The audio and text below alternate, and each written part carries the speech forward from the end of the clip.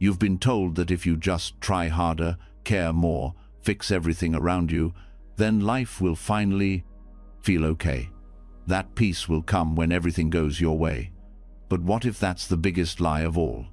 What if trying to control everything is the very thing making you exhausted, anxious, and stuck? Because no matter how hard you try, some things won't change. People leave, plans fall apart.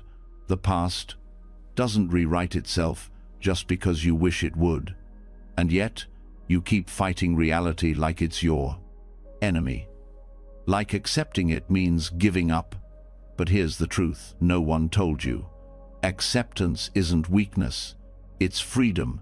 It's the quiet power of saying, I don't like this, but I will not let it destroy me. It's choosing peace even when life doesn't play fair. And tonight, you're going to feel that shift. You're going to learn how to let go, not because it's easy, but because holding on is breaking you. Through teachings from ancient wisdom, modern science, and the quiet strength of those who've walked through fire and found peace on the other side, you'll begin to feel something you may not have felt in a long time: relief. Your breath will slow, the war in your head will start to quiet, and when morning comes, you won't wake up drowning in resistance, you'll wake up floating. This isn't just something to help you sleep. This is the beginning of a lighter life. Are you ready? Let's begin. Most people never realize it, but the tightness in your chest, the racing thoughts, the tension that refuses to leave your shoulders, it's not just stress, it's resistance. Resistance to what is. A silent war between how you want life to be and how it actually is. And the brain, it's caught in the middle. Every time you hold on to control, try to fix the unfixable, or wish things were different, your mind and body suffer. But when you learn to surrender, not give up, but let go, something changes deep inside. Not just emotionally, but physically, chemically, neurologically. You don't just feel better, you actually become better. Surrender isn't an act of failure, it's a shift in your biology. When you stop resisting life and start accepting it, your brain begins to heal, and not in theory, in practice, in your cells, in your nervous system. Letting go is something your body understands long before your mind does, and the science behind it will surprise you. Your brain is constantly rewiring itself based on what you focus on and how you respond to the world. This is called neuroplasticity, the brain's ability to change its structure and function over time. But here's what they don't always tell you. Chronic stress, fear, and resistance shrink that ability. When you're stuck in survival mode, your brain becomes rigid. You stop learning, you stop growing, your reactions become automatic, impulsive. You're not thinking, you're defending. The brain prioritizes defense over development, and as long as you're clinging to what can't be controlled, you're reinforcing the very circuits that keep you anxious, reactive, and emotionally exhausted.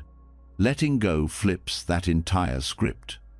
When you accept what is, even if it hurts, even if you hate it, signal to your nervous system that the threat has passed, that it, 39, safe to stop fighting.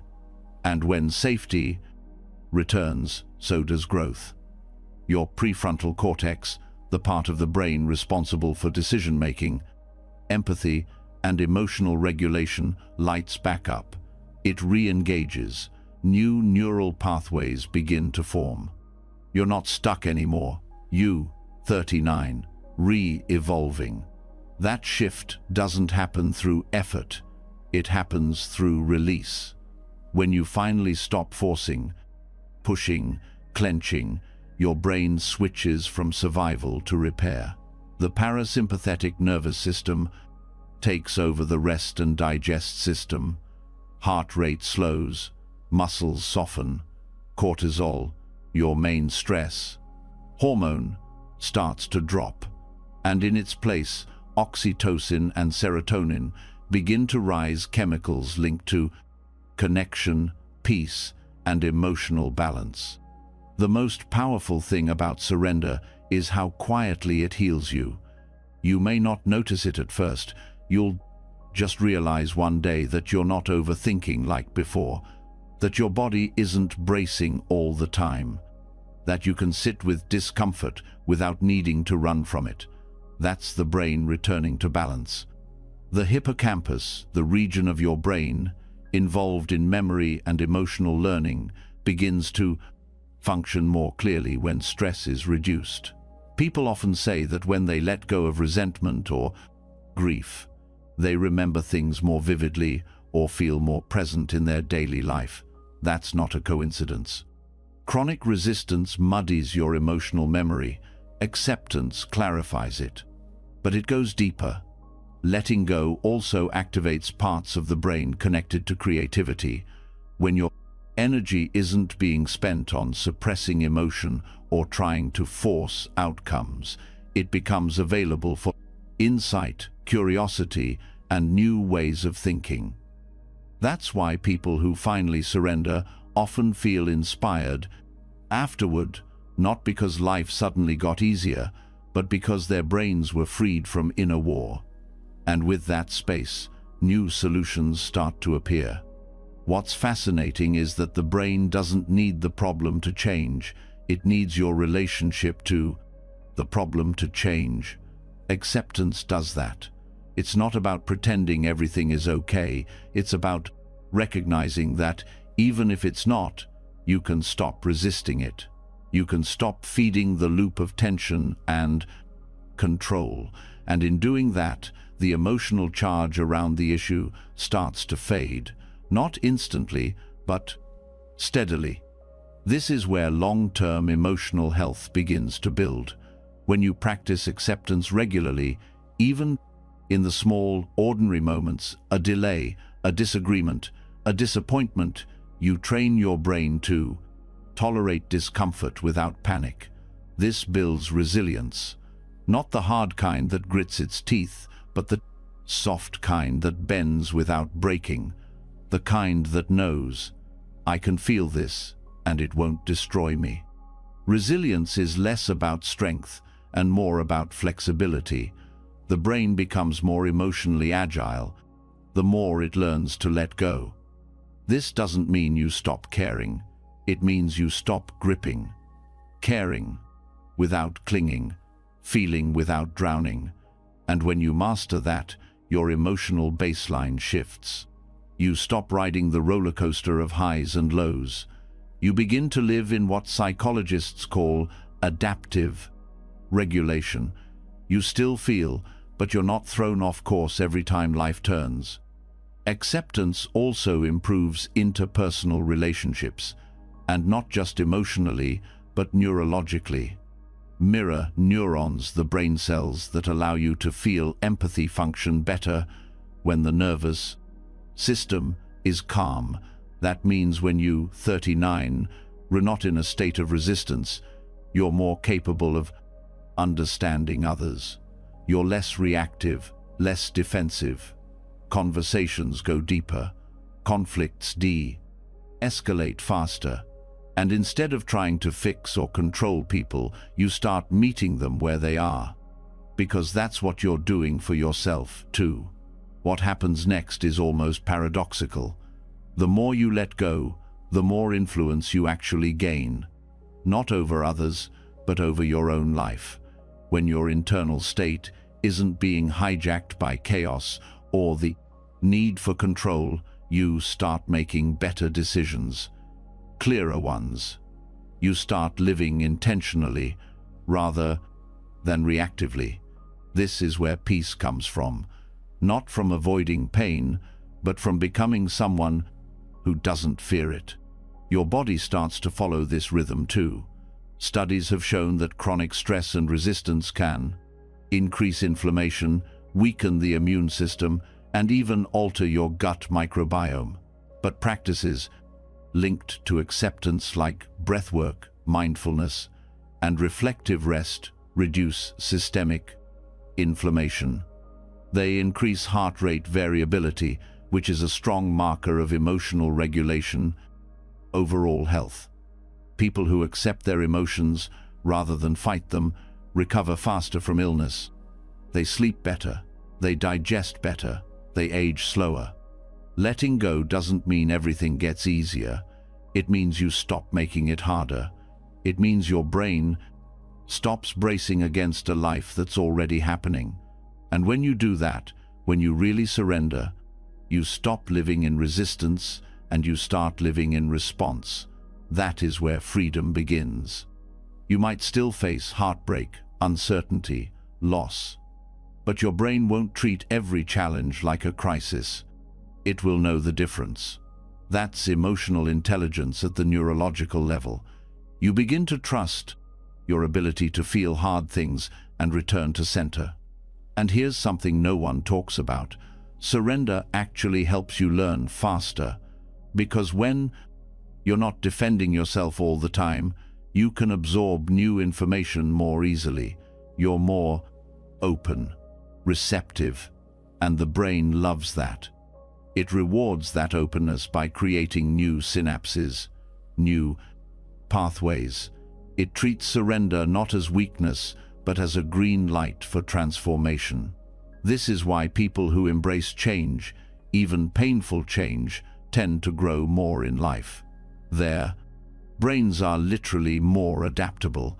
They're not trapped in old beliefs, old patterns, old survival strategies. They evolve. So much of healing comes down to permission. And acceptance is how you give your brain that permission to rest, to release, to repair. It's not loud or dramatic. It's quiet, subtle, like rain softening dry earth. Over time, that softening becomes strength. You might still have thoughts that say, "I can't let this go." That's okay. Thoughts don't need to disappear. They just need space. When you let them be there without believing all of them, your brain doesn't grip them so tightly. You create distance. And in that distance, awareness grows. Acceptance gives you that awareness, and awareness rewires everything. The truth is, your brain isn't against you. It's just responding to how you treat your experience. If you treat everything like a threat, it will armor up. If you treat your experience, even the hard parts, with openness and curiosity, it will soften. It will support you. Letting go doesn't mean losing. It means shifting from control to connection, from fear to flow, from survival to presence. This isn't passive. This is the most active kind of peace you'll ever know. The kind you practice, moment by moment. The kind that doesn't need things to be perfect to feel okay. The kind that builds in your nervous system and becomes the ground you walk on. No one teaches us this when we're young. We're taught to fight, to win, to fix. But no one says, sometimes the most powerful thing you can do is stop pushing. And so we burn out. We grip harder. We tell ourselves stories like, "I should have done more," or "if only things were different." But the moment you pause and say, "This is how it is right now, and I'll meet it with peace, not panic," something shifts. The story begins to unravel, not because you found all the answers, but because you stopped needing them. And that shift, that's where the brain starts to bloom. This is how peace grows, not from changing the world, but from changing how you meet it, from changing what you do with the parts you can't control. And surrender isn't the end of the journey. It's the beginning of a new one where your energy is no longer wasted on resistance, but invested in renewal. Letting go gives you back to yourself. And once that happens, life doesn't 39 just get quieter. It gets clearer, sharper, truer. This is what your brain was made for, not control, but connection. not fear, but flow. Not resistance, but peace. Let it begin.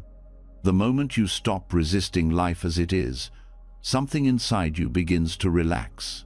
That part of your mind that's been gripping, bracing, overthinking, it slowly starts to quiet.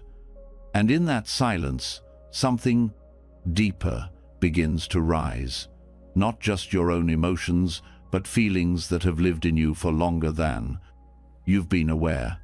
Patterns you didn't choose, fears that don't entirely feel like yours, behaviors that repeat like a script written generations ago. This is where acceptance meets something even more hidden, the pain you inherited. Not all burdens begin with you. Some were passed down in words, in silence, in how love was given or withheld. The unspoken rules, the pressure, the emotional weight that never seemed to have a clear source. This isn't your fault, but it is your responsibility, because the moment you become aware of what you've inherited, you get to decide what continues and what ends with you. The body remembers what the mind forgets. Studies in epigenetics show that trauma can actually be passed through generations, not just as stories or behaviors, but biologically. Stress responses, sensitivity to rejection, emotional shutdown. Sometimes the fear you feel in your body isn't 39 T yours, but your mother's or her father's. This doesn't mean you're broken. It means you're carrying things that were never fully processed. And until they are seen, they will keep repeating. Awareness is the first step, not in a vague, mystical way, but in a real, grounded sense. You begin to notice patterns, the way you apologize even when you haven't done anything wrong, the way you expect disappointment even when things are going well, the way you feel responsible for other people's emotions, like their sadness is somehow your fault. These responses are often rooted in early survival, not necessarily from your life, but from the lives before yours. When parents carry unresolved pain, it often shows up as overprotection, emotional distance, perfectionism, or control. These aren't conscious choices. They're attempts to keep you safe, or more accurately, to keep themselves safe through you. Maybe your father couldn't express softness because his own vulnerability was punished. Maybe your mother tried to control everything because her childhood was full of chaos. Their wounds shaped their parenting, and their silence became your instruction. The hard part is that as children, we don't 39 T just see these patterns, we internalize them. We build our self-image through their eyes. If love was conditional, we learn to earn it. If emotions were dangerous, we learn to hide them. And slowly, we inherit not just traits, but identities: the fixer, the strong one, the quiet one, the responsible one. These roles don't reflect your true self. They reflect your emotional inheritance. Acceptance begins when you stop blaming and start observing. Blaming your parents or grandparents may feel justified, but it doesn't heal. Observation does. When you can say, "This pain didn't start with me, but it lives in me," you step out of victimhood and into clarity. You stop passing the pain forward and begin meeting it with compassion.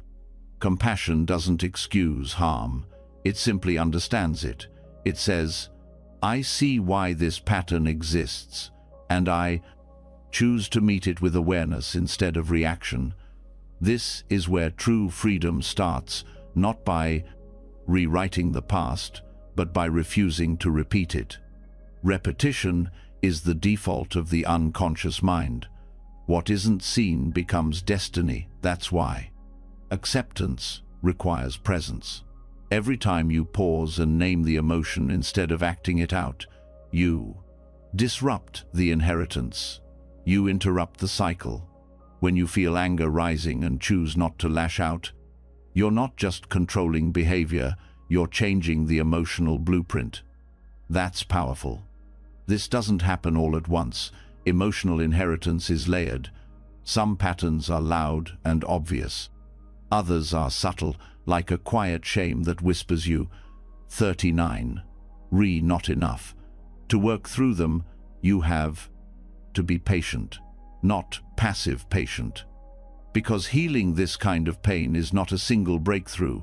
It, 39, age, long, steady relationship with truth.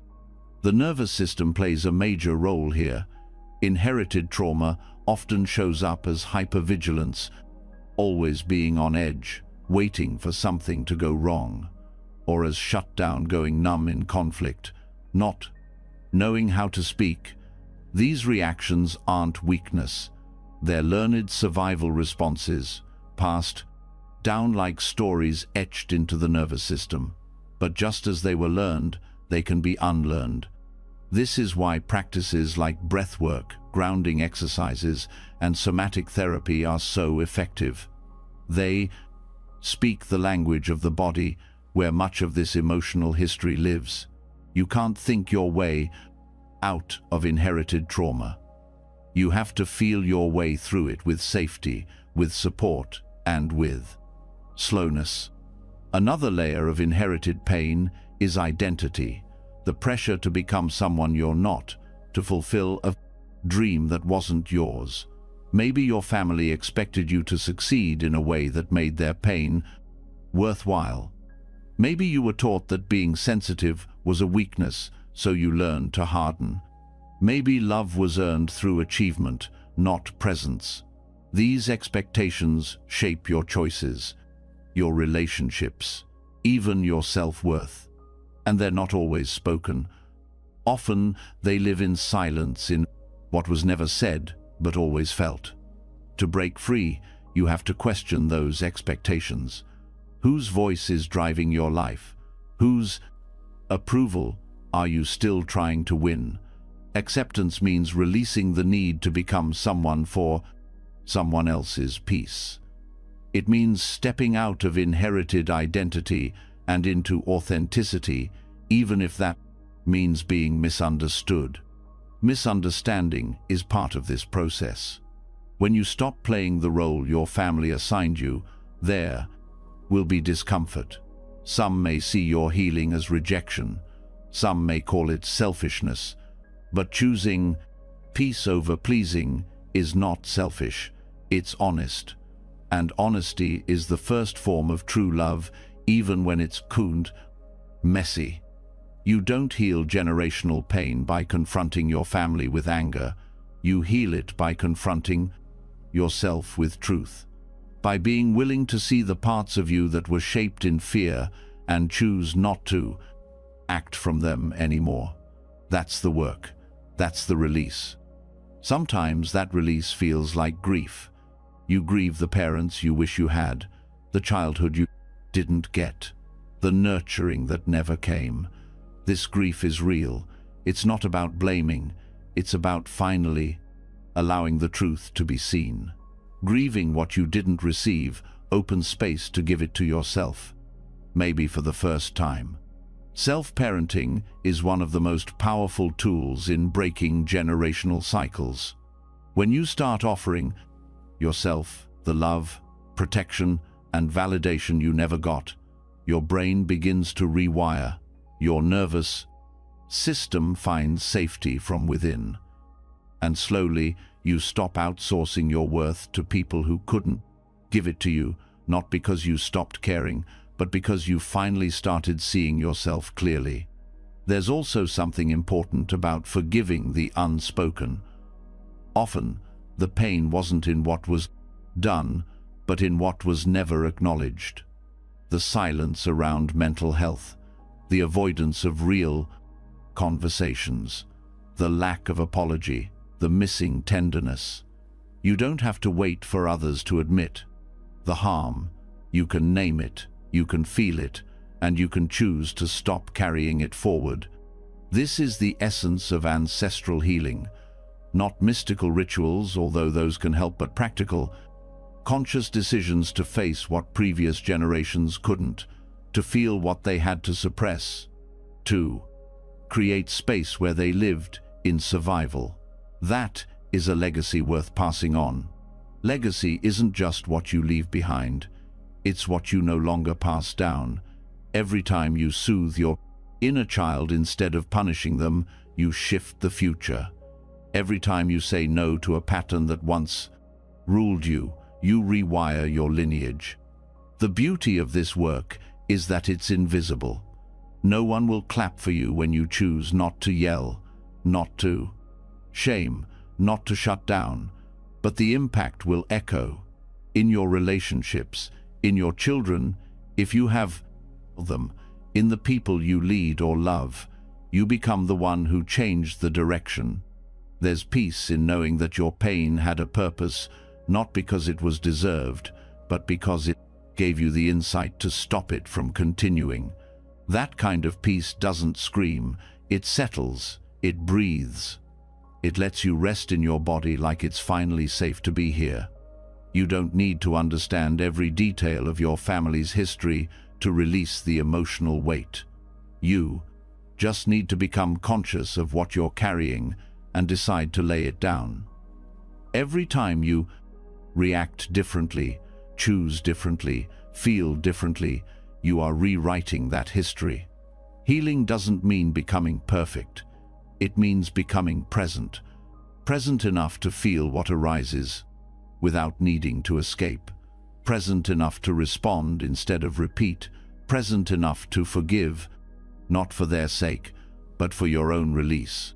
You're allowed to want more for yourself than what you came from. You're allowed to create a life that feels like home, even if the one you were raised in didn't.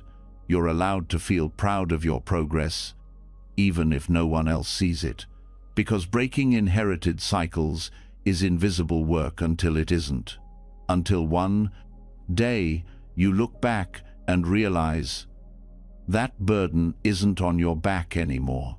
And the silence that once held you hostage, it's now your quiet strength.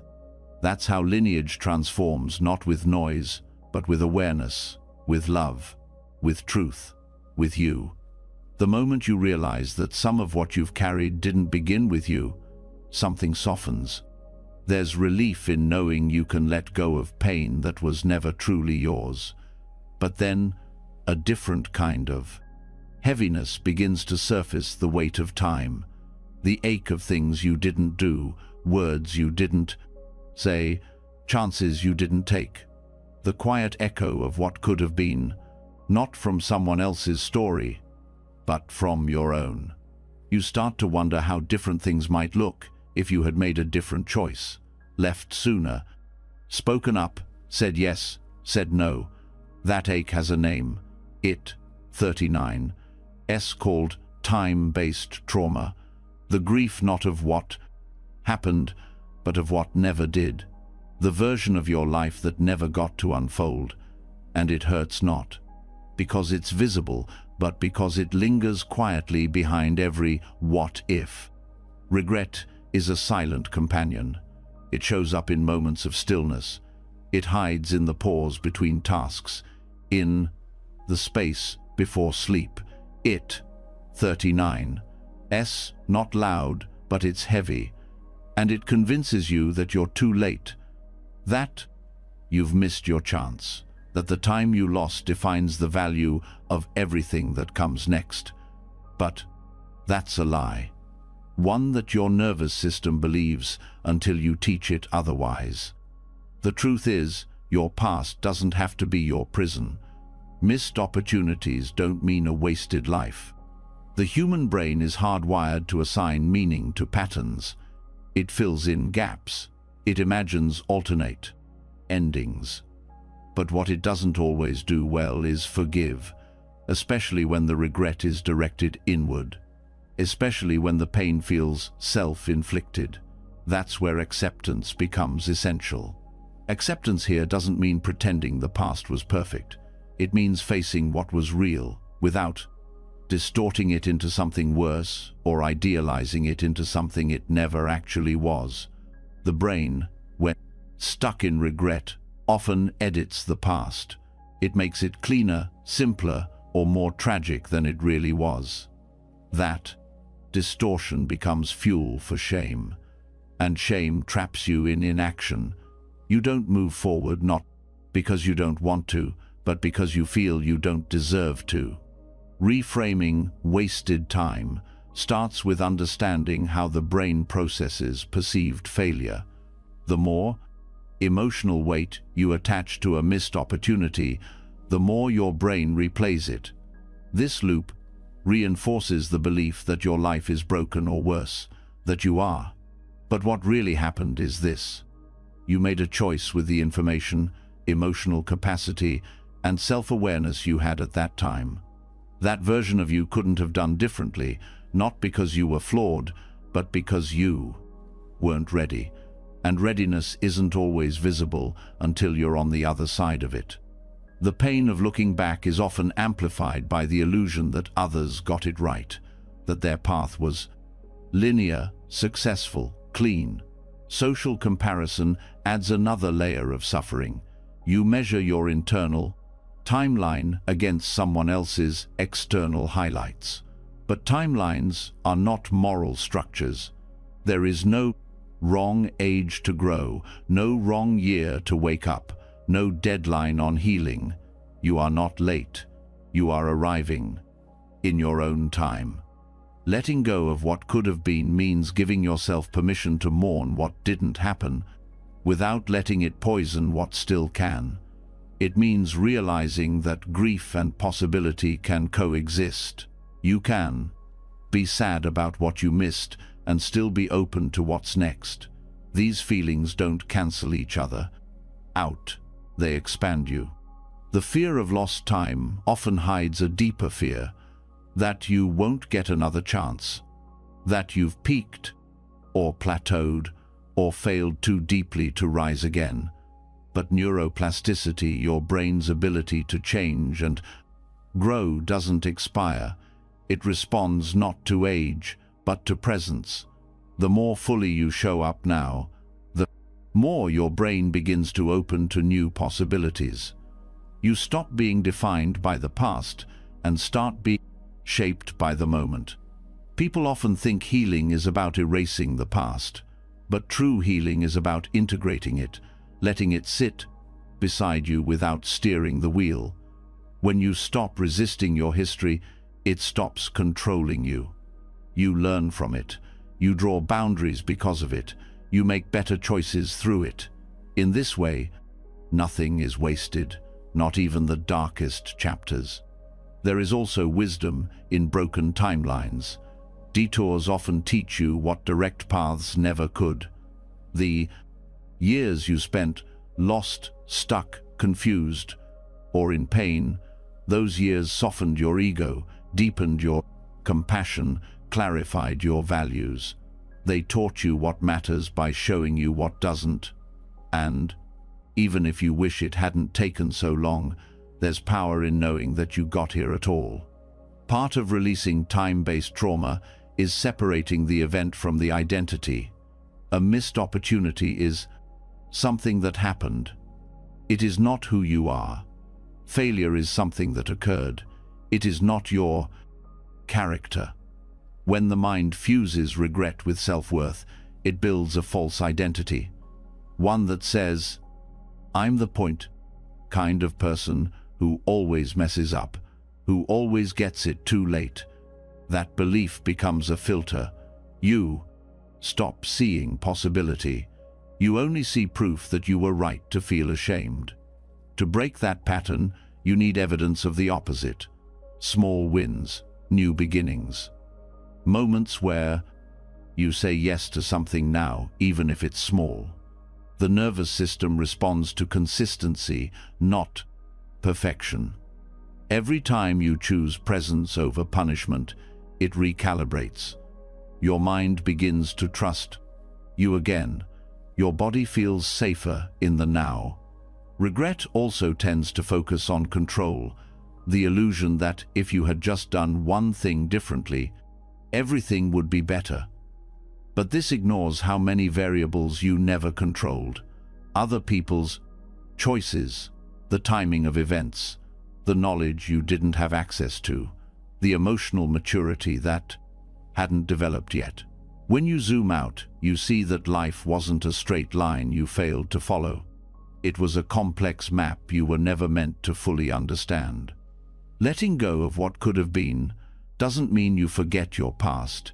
It means you no longer let it define your capacity for joy, love, or meaning. It means you stop waiting to be caught up and start living where you are. It means choosing peace, not perfection. And peace doesn't ask you to erase your story only to hold it differently. One of the most effective ways to shift your relationship with the past is to reinterpret it through a compassionate lens, not with denial, but with depth. Ask yourself, what did I learn from what I didn't get? What strength was developed in the waiting? What clarity emerged from the disappointment? This isn't toxic positivity. It's emotional alchemy turning pain into perspective. The fear of wasting time can also make you grasp at urgency, rushing into things just to feel like you're not falling behind. But urgency is rarely rooted in intuition. It's often a trauma response. True clarity comes from stillness, not speed. When you slow down and accept where you are, you stop chasing life and start meeting it. Another key part of releasing time-based pain is detaching from idealized versions of your life. The version where you succeeded earlier, loved better, or avoided heartbreak. Those versions don't exist. Not because you failed, but because they were based on assumptions, not reality. When you idealize a life that never happened, you reject the one that did. And the life you're in, no matter how imperfect, is still worthy of your attention. Your presence is the most powerful way to reclaim lost time, not by making up for it, but by refusing to lose any more of it by living in your head. Every time you return to your breath, your senses, your body, you reclaim a moment, and those moments, added together, become a life. Regret can be a teacher, but only if you let it speak without letting it scream. Its job is not to torment you. Its job is to show you what matters now, what still needs healing, what still calls for your attention. Once you've listened, you don't need to keep reliving the story. You can thank it and move forward. This forward movement isn't about drastic change, it's about alignment. Aligning your current actions with the values you wish you had honored sooner, speaking the truth you used to silence, setting boundaries you didn't know you needed, giving yourself grace in moments you once punished yourself for. That's how you honor the past, not by staying in it, but by letting it inform how you show up now. Sometimes it helps to visualize a younger version of yourself, the one who made those choices or avoided them. Speak to them the way you would to someone you love, not with judgment but with understanding. Tell them what they didn't know. Show them the compassion they didn't receive. Let them be seen so they can stop acting out through self-sabotage or fear. Time isn't just something you lose, it's also something you hold. You hold it in how you treat yourself, in how you forgive, in how you begin again. There are years ahead that can still feel rich, meaningful, and deeply aligned if you stop seeing the past as proof of what's not possible. There is a quiet strength in saying, I didn't know then, but I do now. That shift is everything. It opens the door to a future shaped not by shame, but by choice. You may never erase the ache of what didn't happen, but you can stop letting it steal your joy from what still can. You can learn to trust that there's still more life in front of you, and it doesn't need to look like anyone else's version of success. It just needs to be real. It just needs to be yours. This is how you reclaim time, not by chasing what's lost, but by choosing what's next. And that choice, it starts right here. There's a quiet power in facing the life you have, not the one you lost. That moment when you stop chasing a better past and start honoring the present becomes a turning point. But sometimes, instead of honoring what's here, we try to rise above it. We label discomfort as low vibration. We call pain an atgb.lo.com illusion, and we wrap avoidance in words that sound wise. It feels like progress, but something stays stuck. Not because we're doing too little, but because we're skipping the hard part, the honest part, the human part. That's not healing, that's bypassing. In today's world, there's a version of spirituality that promises peace without process, positivity without pain, clarity without confusion. It looks calm on the surface, but underneath, there's denial, avoidance, dressed up as enlightenment. This is what's known as spiritual bypassing, using spiritual ideas to avoid emotional growth. And it's more common than we admit. Spiritual bypassing often sounds like wisdom. It says things like, everything happens for a reason, or just stay high vibe when someone is grieving. It encourages forgiveness before there's been any real processing. It rushes to clarity when someone is still in the fog of shock. It offers mantras instead of presence. And although it's usually well-meaning, it leaves people feeling unseen, dismissed, and alone in their suffering. True acceptance doesn't skip pain. It sits with it. It listens. It lets the body shake, the voice break, the questions come. It holds space for discomfort without trying to clean it up too fast. There is nothing wrong with using spiritual tools, but when they are used to escape rather than explore, the deeper work gets blocked. Pain doesn't go away because it's ignored. It just goes underground, and from there, it controls you in quieter, more subtle ways. Avoidance can wear many masks. It might show up as constant meditation with no emotional reflection, as reading spiritual books but avoiding difficult conversations, as believing you're beyond triggers while your relationships keep falling apart. Growth doesn't mean you never get triggered. It means you know how to respond when you do. And that requires emotional honesty, not just elevated thoughts. One of the reasons spiritual bypassing is so seductive is because it promises quick relief. And after a lifetime of pain, who wouldn't want that? But peace built on avoidance is fragile.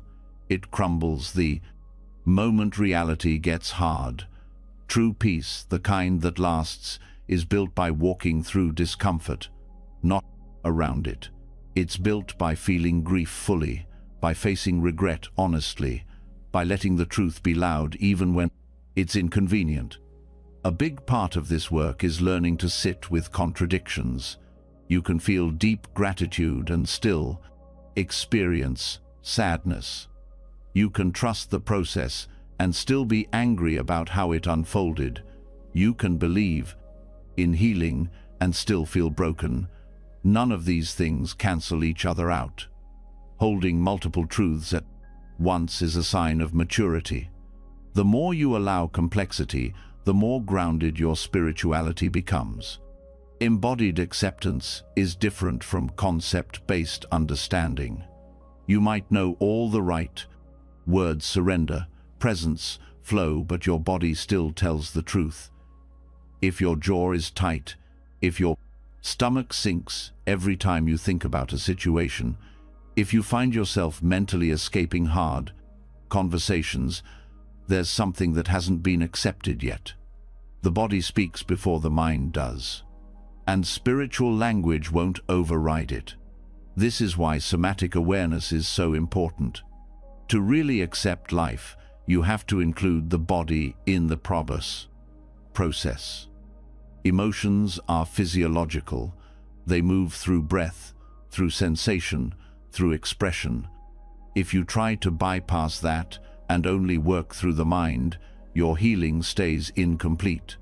You might look composed, but inside you're holding back tears that need to be cried, anger that needs to be felt, fear that needs to be named. There's no shame in bypassing. Everyone does it sometimes, especially in the beginning. The problem isn't that you avoided something, it's when you convince yourself you didn't. That's where the disconnection grows. Growth starts when you say, "I thought I healed this, but it still hurts."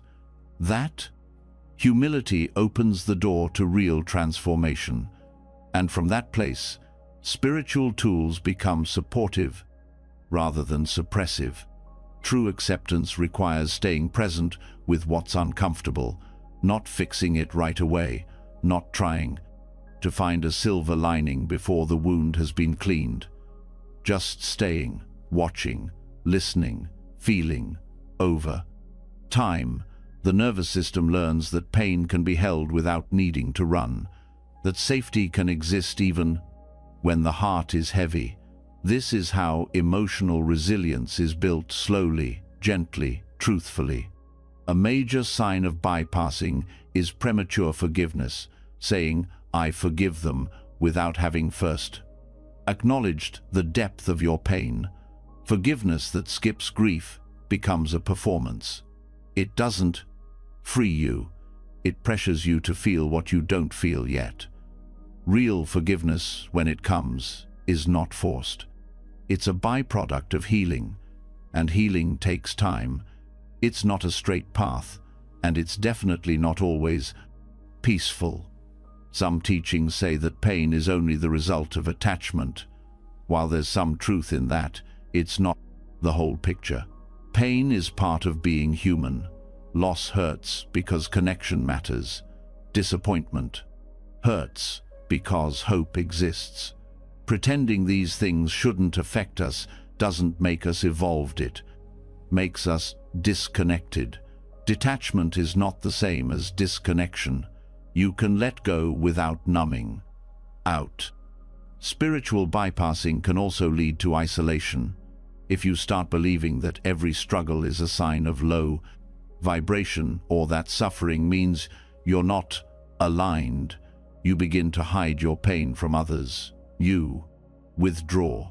You pretend to be okay. But healing thrives in honesty, not image. And no one heals faster because they're pretending to be above their pain. Acceptance means you stop measuring your worth by how calm you appear. It means you allow messiness, setbacks, confusion, and contradiction, and you don't rush to fix any of it. You sit with your humanity. You breathe through it. You meet yourself where you are instead of where you think you should be. Another form of bypassing is over-relying on spiritual identity, becoming attached to being a healer, light worker, or empath in a way that creates separation rather than connection. When identity becomes a shield against doing the inner work, it creates a barrier. Labels don't heal you, practice does.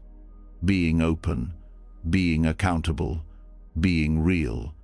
Real spirituality isn't about being above the world, it's about being deeply in it, with all its discomfort and beauty. It's about staying when it's hard, loving when it's risky, grieving when it hurts.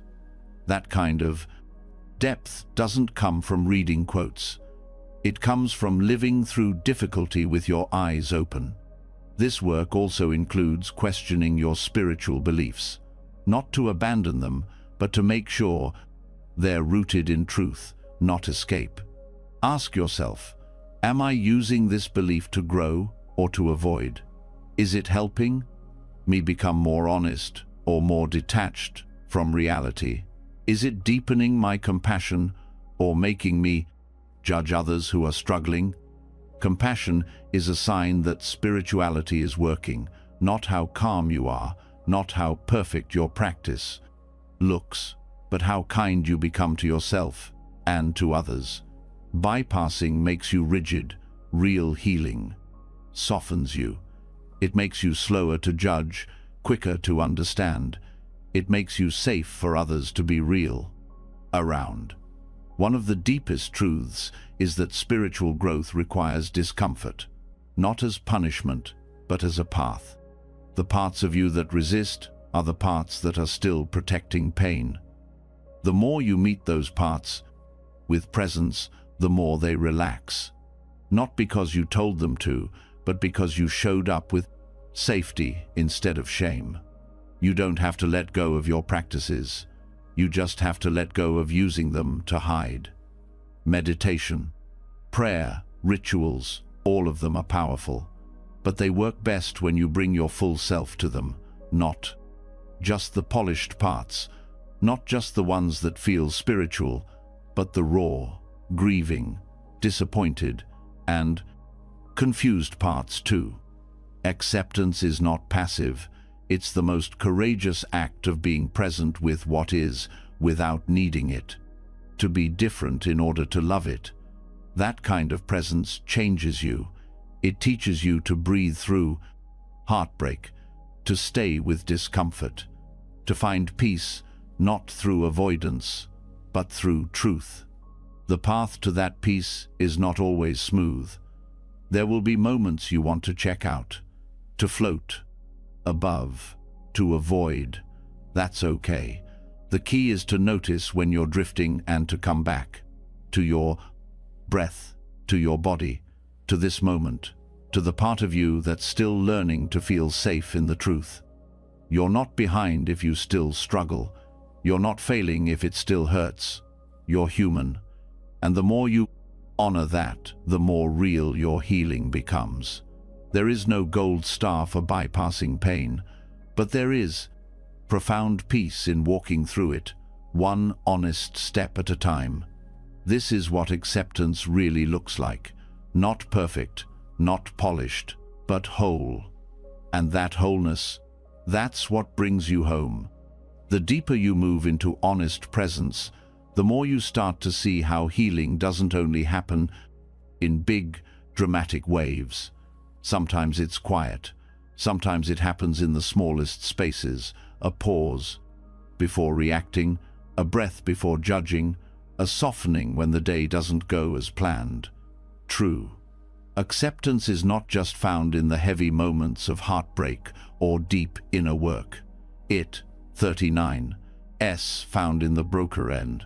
Invisible choices you make dozens of times each day. The ones no one sees but you. And those are the choices that shape who you become. We tend to think of transformation as something grand, a spiritual breakthrough, a life-altering realization, a moment that changes everything. But identity is not rewritten in a single event. It's reshaped in small decisions. The way you talk to yourself when you, 39, rerunning late. The way you respond to someone who cuts you off. The way you breathe when your plans fall apart. These are micro moments, tiny points of friction that give you a chance to choose presence over pressure. And over time, they do something extraordinary. They shift your entire way of being. Micro-acceptance means recognizing these moments and learning how to meet them without resistance. Most people overlook them. They think they're too small to matter. But these are the places where your nervous system either tightens or relaxes, where your identity either contracts into reactivity or expands into awareness. It starts the moment your morning dozen, 39, go as expected. Maybe your alarm fails, your coffee spills, your inbox is full of things you didn't ask for. Your body gets tense, your thoughts race, your mood shifts. That's where the first opportunity appears. You could react out of habit, frustration, blame, urgency. Or you could pause. You could name what's happening. This is discomfort. This is not what I planned. And then breathe. That simple act doesn't fix the situation, but it softens your reaction to it. It keeps your energy from being hijacked. It tells your brain, this is not a threat. We don't have to go to war over this. That's a micro act of letting go, and your nervous system remembers. Identity is not just what you think of yourself. It, 39, what you practice becoming in repeated moments of tension. When you choose to not spiral over a minor inconvenience, you're not just calming your day. You're becoming someone who doesn't collapse in chaos. You're forming a new emotional baseline, one that allows more freedom, more choice, more trust in your own stability. These tiny decisions are easy to miss, especially in a world that glorifies constant reaction, notifications, opinions, delays, noise. But when you're intentional, even the mundane becomes a mirror. A slow line at the grocery store becomes a chance to observe your need for control. A rude comment becomes a moment to notice your urge to defend. These aren't tests to pass. They're invitations to respond differently. Each time you choose stillness over stress, curiosity over assumption, gentleness over urgency, you train your mind to respond with wisdom rather than instinct. And this training accumulates. It becomes who you are without needing to think about it. You stop identifying as the person who always reacts, always fixes, always rushes. You start knowing yourself as the one who can stay grounded even when things are off course. Some of the most powerful micro-acceptance practices begin in the body. The subtle way your shoulders rise when someone interrupts you, the way your jaw tightens when plans change, the shallow breath when you feel unseen. Noticing these responses and relaxing them even slightly sends signals of safety back to the brain. It rewires you for calm, not because the situation changed, but because your relationship to it did. Language also plays a part. The words you use in small frustrations shape how your brain interprets the world. When you say, "This always happens to me," you reinforce helplessness. When you say, "This is annoying, but I can handle it," you anchor into capability. Self-talk in minor stress builds emotional tone, and that tone becomes the emotional atmosphere you live in. Rejection is another daily moment that often goes unprocessed. Someone doesn't text back. You get overlooked. Your offer gets ignored. These seem minor, but they spark deep wiring. If unacknowledged, they fuel the belief that you're not wanted or valuable. But when you meet rejection with awareness, you unhook from that narrative. You say, "This stings," but it's not a definition, it's a moment, and you keep breathing through it. That builds resilience, not from defense, but from clarity. Micro-acceptance doesn't mean suppressing how you feel. It means letting yourself feel fully without being consumed by the feeling. You don't need to hide your frustration or pretend you're okay. You just need to not make your reaction the center of everything. You step back, observe it, and allow it. And that simple skill, the space between reaction and response, becomes one of your greatest sources of power. There's also deep value in letting go of outcomes, not just in major goals, but in tiny preferences. Wanting the day to go smoothly, hoping someone responds the way you planned, wishing others saw your effort. These little desires pile up, and when they aren't met, tension builds. But when you practice releasing your grip on the small stuff, you free up so much mental space. You're no longer drained by what you can't control. You become more flexible, more open to life as it unfolds. Micro-acceptance also changes how you interact with others. A friend cancels plans. A coworker doesn't follow through. Someone makes a careless remark. In these moments, your ego wants to react with blame, withdrawal, resentment. But if you pause, you'll notice the space between the trigger and the story you create. That space is where healing begins. You choose not to take it personally, not because it didn't affect you, but because you refuse to carry what isn't yours. That's quiet liberation. These small acts of letting go also teach your nervous system to trust. Trust that you don't need to control every variable to feel safe. Trust that you can face disappointment and stay intact. Trust that life can be imperfect and still be beautiful. This trust doesn't arrive all at once. It's built moment by moment in places most people overlook. Another layer of micro-acceptance is letting go of how things should feel. Maybe a moment of rest still feels anxious. Maybe a meditation doesn't bring peace. Maybe your joy is interrupted by guilt. Letting go of the expectation that healing feels good all the time is itself a deep act of healing. It allows the process to be real, not idealized. And in that reality, you find more stability. You can also practice acceptance in how you structure your time.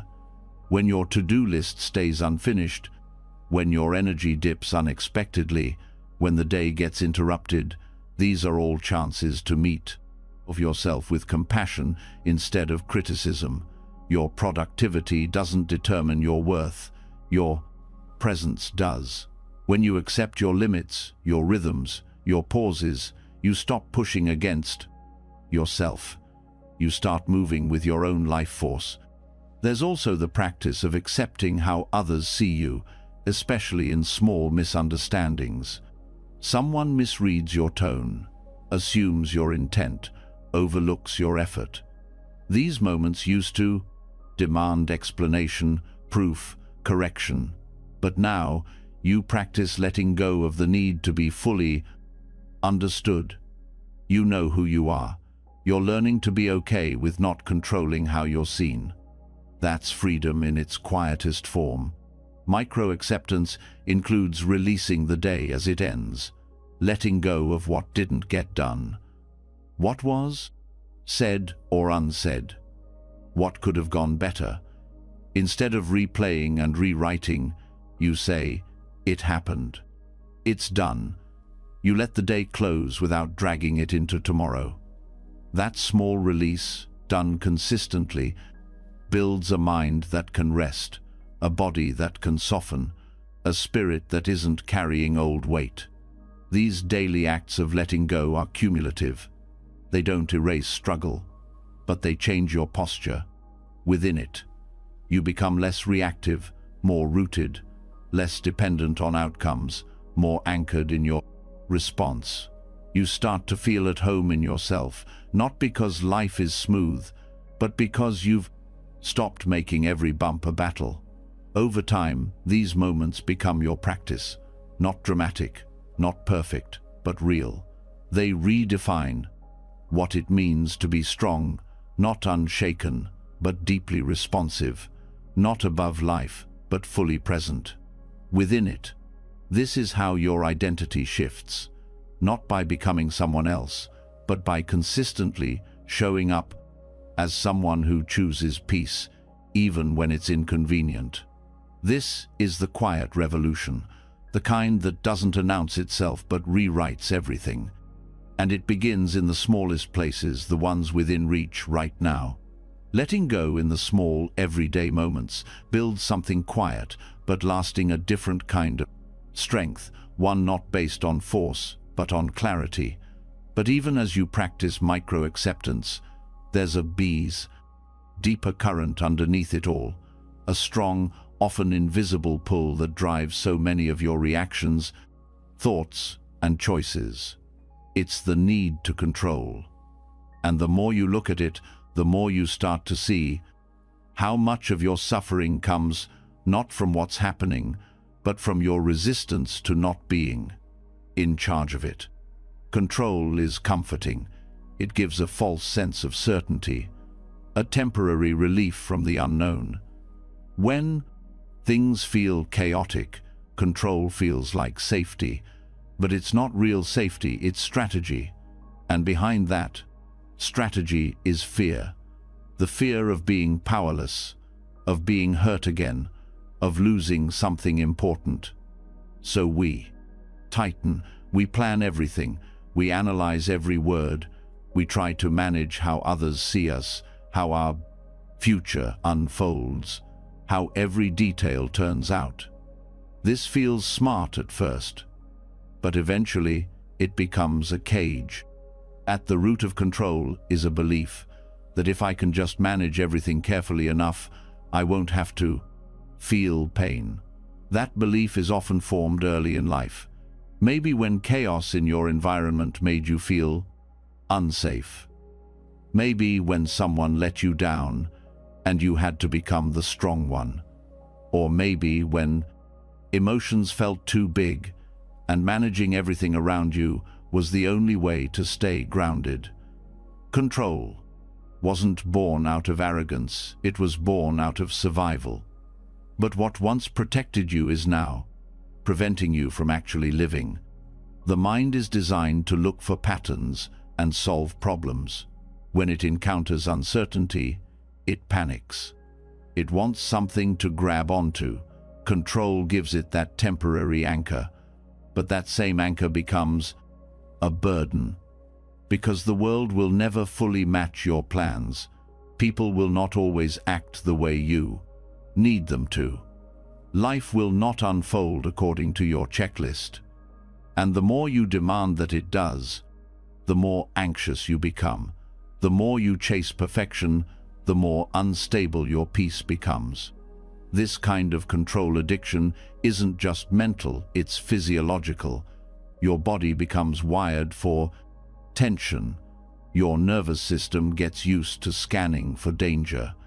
You rehearse conversations before they happen, obsess over decisions after they're made, micromanage relationships until they collapse under the pressure. This doesn't make you broken.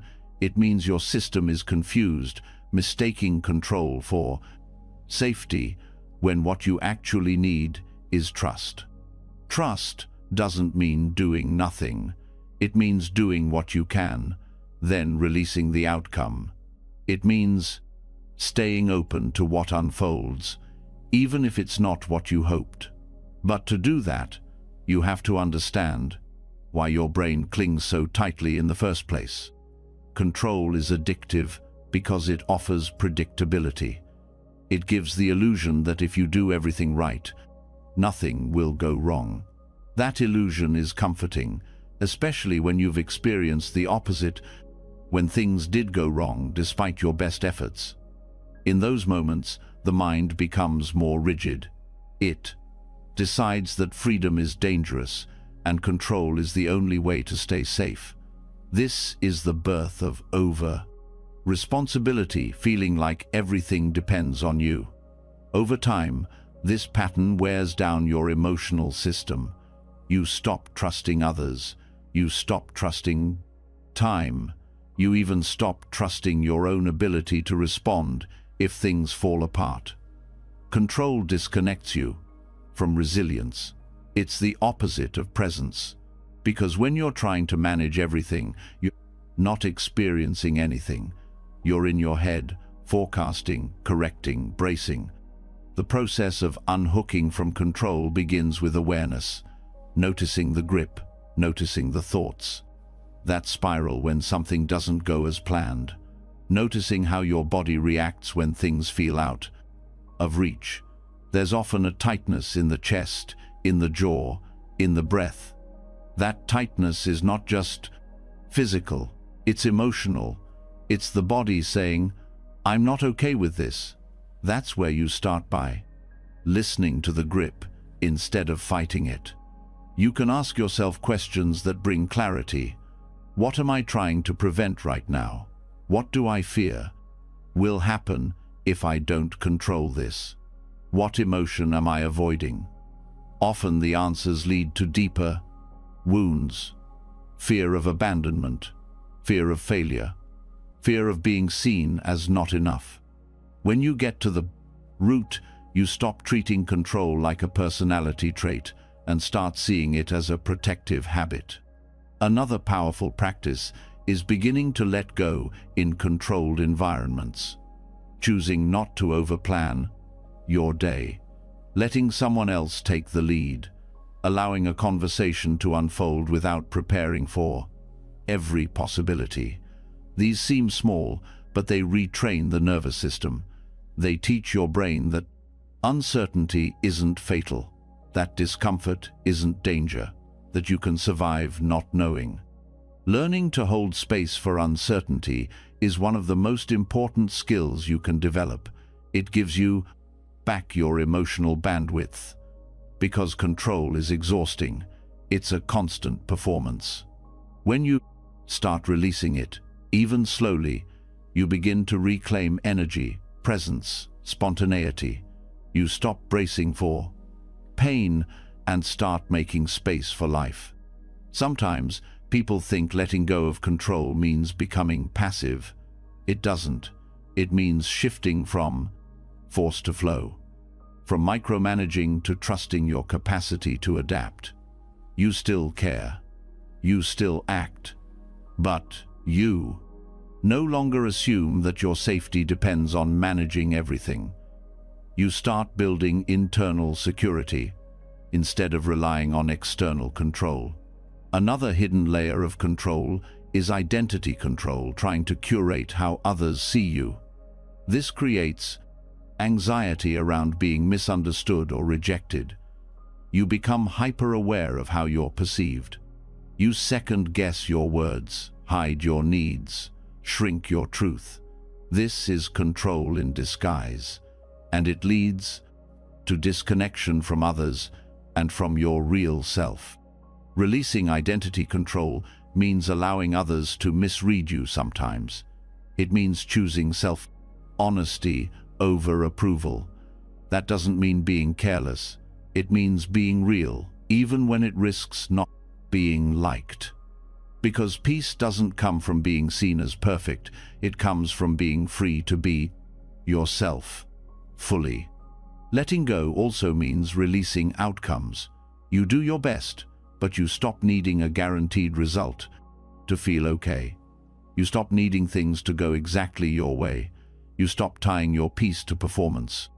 This gives you emotional flexibility. You adapt instead of collapse. You respond instead of react. You begin to trust that not getting what you wanted doesn't mean something is wrong.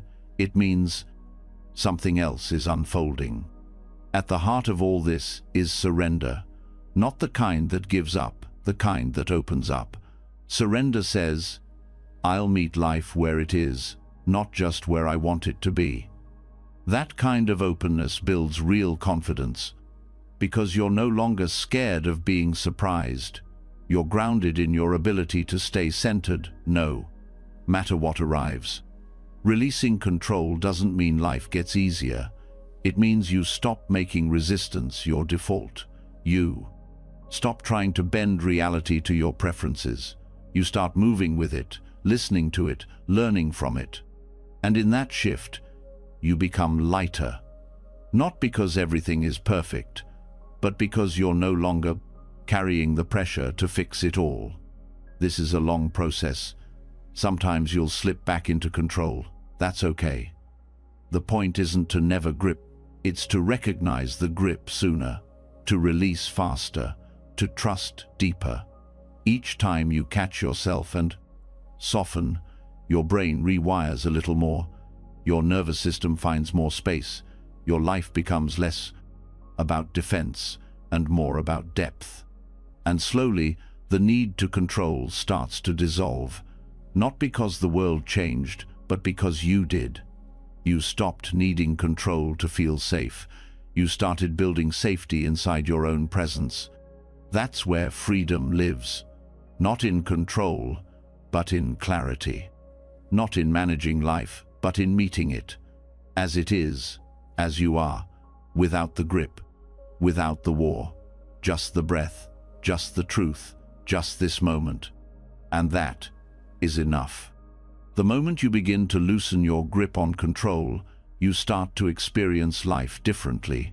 You stop trying to shape every moment to fit your expectations and start noticing what has always been right in front of you.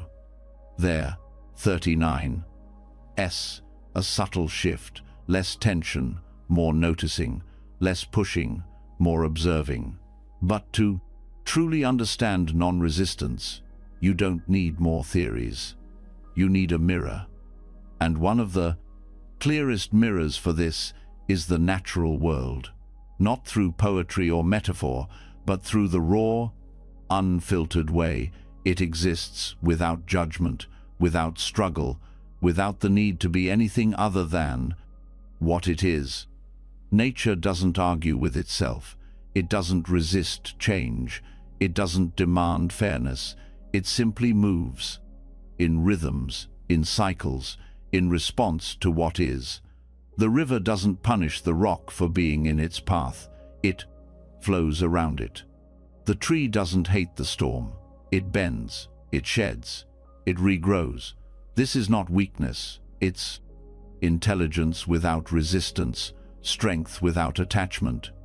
Nature has no need for control because it operates through presence, adaptability, and inherent trust in its own unfolding.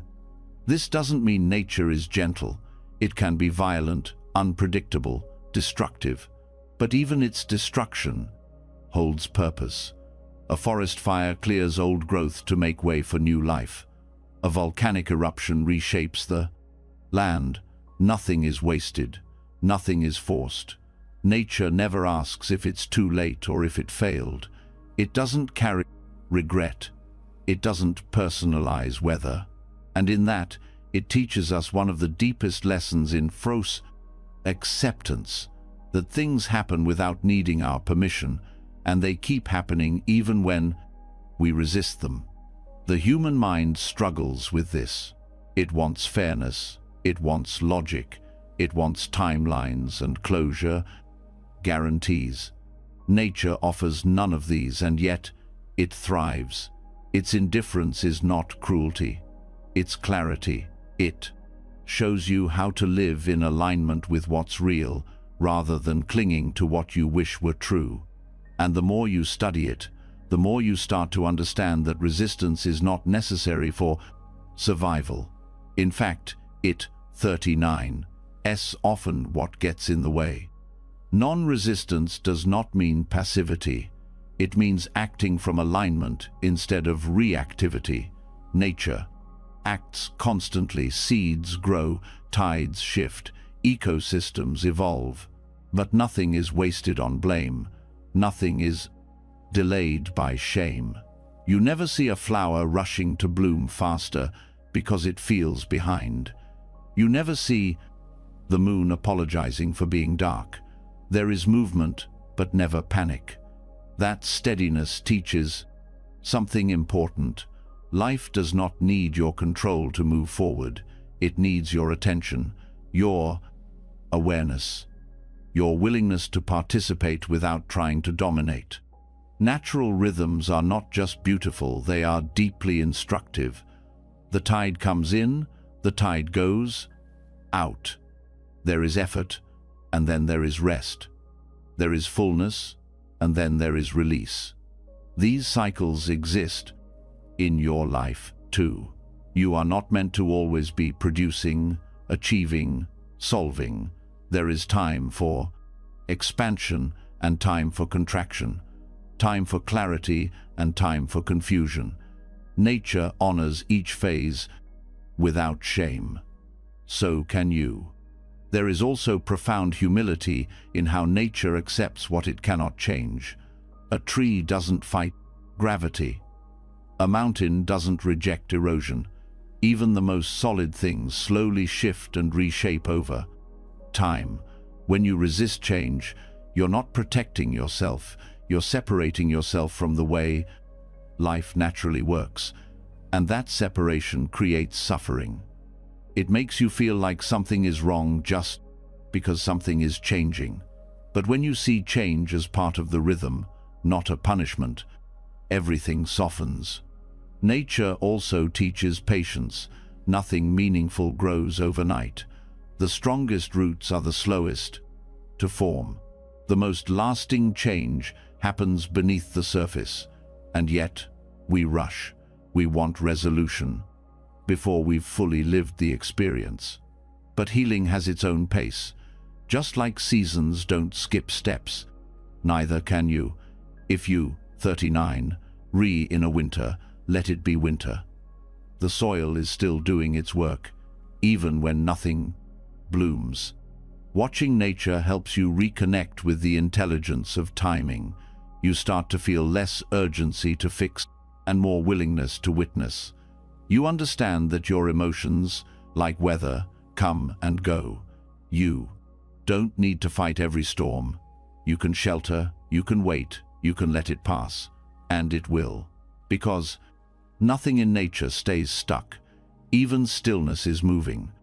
There's also a deep lesson in how nature coexists with discomfort. Rocks don't try to smooth themselves. Outwater does that over time. Animals don't avoid pain. They respond, they adapt, and they rest. Trees continue to grow, even with broken branches. There's no story about how things should be, only a response to how things are. This is not detachment, it's presence. It's the wisdom of being fully in life, without needing it to be perfect to find peace in it. One of the most powerful forms of acceptance is learning to stop arguing with conditions. The weather doesn't ask for your opinion. The waves don't wait for your approval.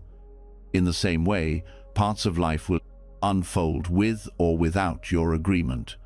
When you stop expecting the world to match your preferences, you begin to experience a deeper kind of peace, not because the world changed, but because your lens did. Judgment is another place where nature teaches gently but firmly. A leaf falls, a branch breaks, a bird flies away. These are not good or bad. They are just movement.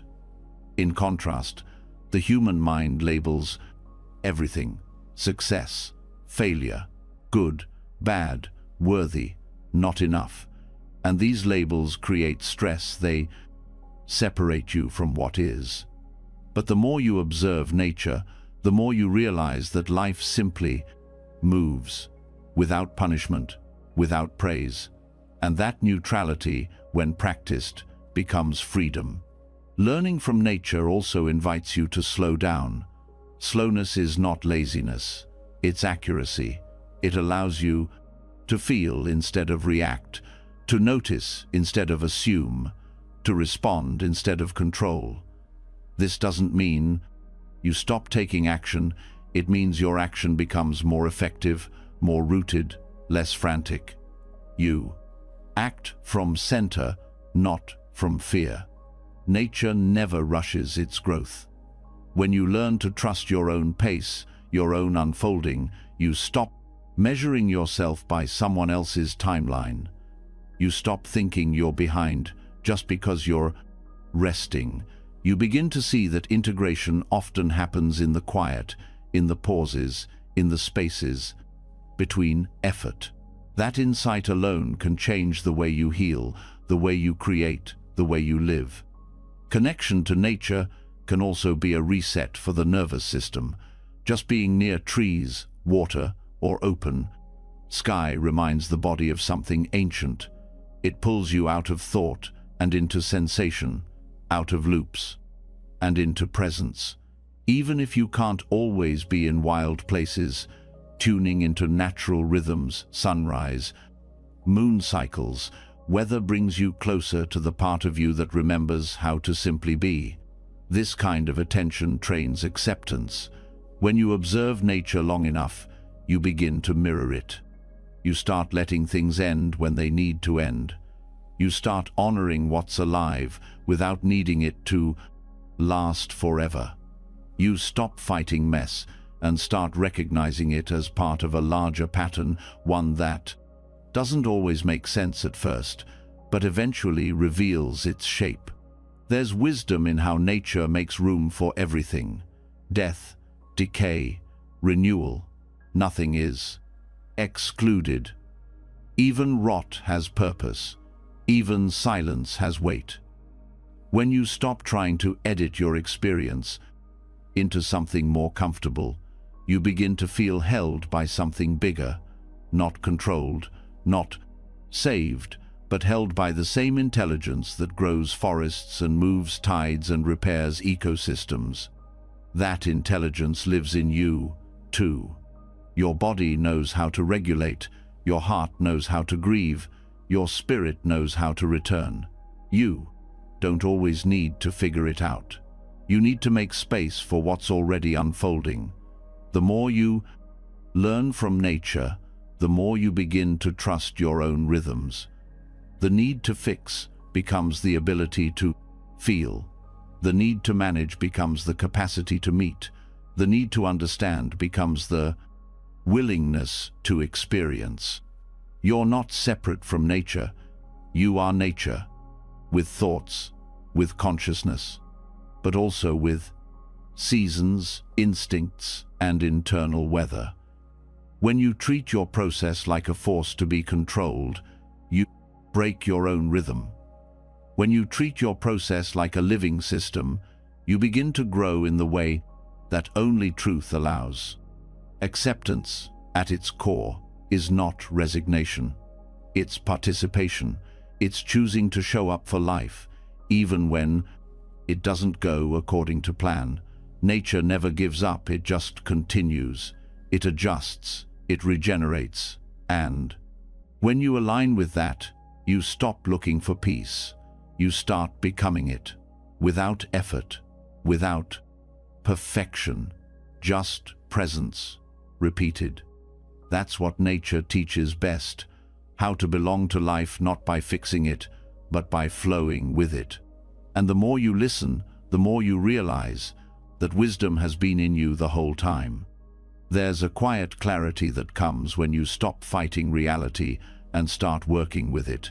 Nature teaches this without speaking. It moves, adjusts, lets go, renews, and in that movement you begin to understand that peace isn't the absence of challenge, it's how you meet it. But what happens when what you're facing isn't a personal discomfort or internal resistance, but something that's deeply wrong? What do you do when peace meets injustice? When acceptance risks sounding like permission? This is where many get stuck, where values and reality collide. It's one thing to accept a missed opportunity or an uncontrollable change. It's another to face harm, cruelty, exploitation, and still talk about acceptance. Here, the word itself starts to feel dangerous. But true acceptance isn't weakness. It's not surrendering your voice or your values. It's the ability to see clearly what is happening without denial, without emotional collapse, and still respond with purpose. It means refusing to waste energy resisting the fact that something is, so you can put that energy into deciding what to do about it. This requires a split-level awareness, the ability to name what's wrong, to stand against it, and yet not let it harden your heart or consume your peace. That's a paradox most people aren't taught to hold. Either they collapse into helplessness or they react with unprocessed rage. But real strength lives in the middle, where you see injustice clearly, feel its weight fully, and still stay anchored in yourself. That's the power of accepting without approving. To do this, you must first separate the event from the emotional distortion that often follows. Something wrong happens, you witness cruelty, discrimination, deceit. Your first response might be fury or grief. These feelings are valid. But what often comes next is personalizing the pain, believing the world is doomed, that nothing you do matters, that people are mostly broken. This is where suffering compounds. This is where reactivity can take the wheel. Acceptance here is the act of seeing the truth clearly, without exaggerating it or collapsing into despair. Acceptance says, this happened, it should not have, and yet it did. That one sentence holds space for both truth and action. It doesn't 39 numb you. It sharpens your clarity. You stop wasting time wishing the world were different and start facing how it actually is, so you can engage it with intention, not just outrage. Many people confuse acceptance with approval because they haven't learned to sit with emotional contradiction. You can hate something and still accept that it's real. You can disapprove of injustice and still recognize that denying its existence only delays your ability to respond. Without acceptance, you stay in shock, in fantasy, in moral paralysis. With acceptance, you step into discernment. You start asking deeper questions. What needs to be done? What's in my power? How do I protect my peace while staying engaged? This kind of awareness begins with boundaries, not just external, but internal. When you witness injustice, your nervous system absorbs it. You may feel helpless or enraged. You may want to act immediately, fix everything, say everything. But action without regulation often creates more harm than good. Emotional clarity gives you the space to respond instead of explode. It lets you say no with focus instead of fury. Anger itself is not wrong. It's a natural response to violation. But when it's fueled by unprocessed fear, it becomes reactive, scattered, often misplaced. Acceptance helps you ground your anger. It lets you feel it fully without being ruled by it. From there, your anger becomes fuel for boundaries, for truth, for change, not for destruction. Accepting injustice doesn't mean staying silent. It means grounding yourself so your voice carries weight. A reactive voice shouts and burns out. A rooted voice speaks with depth and moves others. This doesn't mean you won't tremble. It doesn't mean you won't cry. But your actions won't be driven by panic. They'll be anchored in clarity. That makes your resistance sustainable. You also start to realize that injustice lives on many levels. Some of it is systemic. Some of it is interpersonal. Some of it is internalized. Acceptance helps you see where each thread connects. It allows you to acknowledge the grief that comes with witnessing a world that often fails to honor dignity and fairness without turning that grief into apathy or blame. Apathy is the absence of feeling. Blame is the projection of pain. Acceptance is the presence of both without attachment. This practice also reveals how often your own peace depends on trying to control the actions of others. When someone lies, cheats, harms, or takes without care, your peace shatters, not just because of what happened, but because you expected them to be different. Acceptance does not excuse harm. It simply removes the illusion that others are always going to match your standards. It allows you to adjust your expectations without lowering your values. You still speak up. You still hold the line, but you stop expecting people to behave in ways they haven't yet learned. You meet them where they are, not where you hoped they'd be. That shift doesn't make you passive, it makes you powerful. You stop wasting energy wishing people were better and start deciding how to protect yourself, how to engage wisely, how to move forward. You start to build a life that honors your integrity without needing the world around you to validate it. Acceptance also softens the edge of moral perfectionism, the belief that unless you solve everything, you've failed. This kind of pressure often leads to burnout. Acceptance reminds you that you're one part of a larger process, that your work, your voice, your boundaries matter, even if they don't fix everything. You stop measuring impact by results and start measuring it by alignment. Am I living in line with my values? Am I responding with care, with strength, with clarity? That becomes the compass. Injustice often triggers deep feelings of powerlessness. Acceptance helps you separate what's yours to carry from what isn't. You're allowed to care deeply and still not be able to fix it all. You're allowed to rest. You're allowed to heal while the world is still broken. This is not abandonment, it's wisdom. ACT's not. Regulated person can do more for justice than a reactive one who burns out and disappears. Taking care of yourself is not selfish, it's strategic. When you begin to hold this paradox of loving a world that disappoints you, you become someone who resists from a grounded place. You're no longer reacting just to feel better. You're responding because it's what integrity calls for. You don't need to prove your goodness through outrage. You begin to trust your inner compass. And that trust allows you to say no more often, more clearly, with less noise. This trust also gives you the capacity to see nuance. Not every situation is black and white. Not every person is villain or victim. Acceptance helps you sit in the gray, not to excuse harm, but to understand it.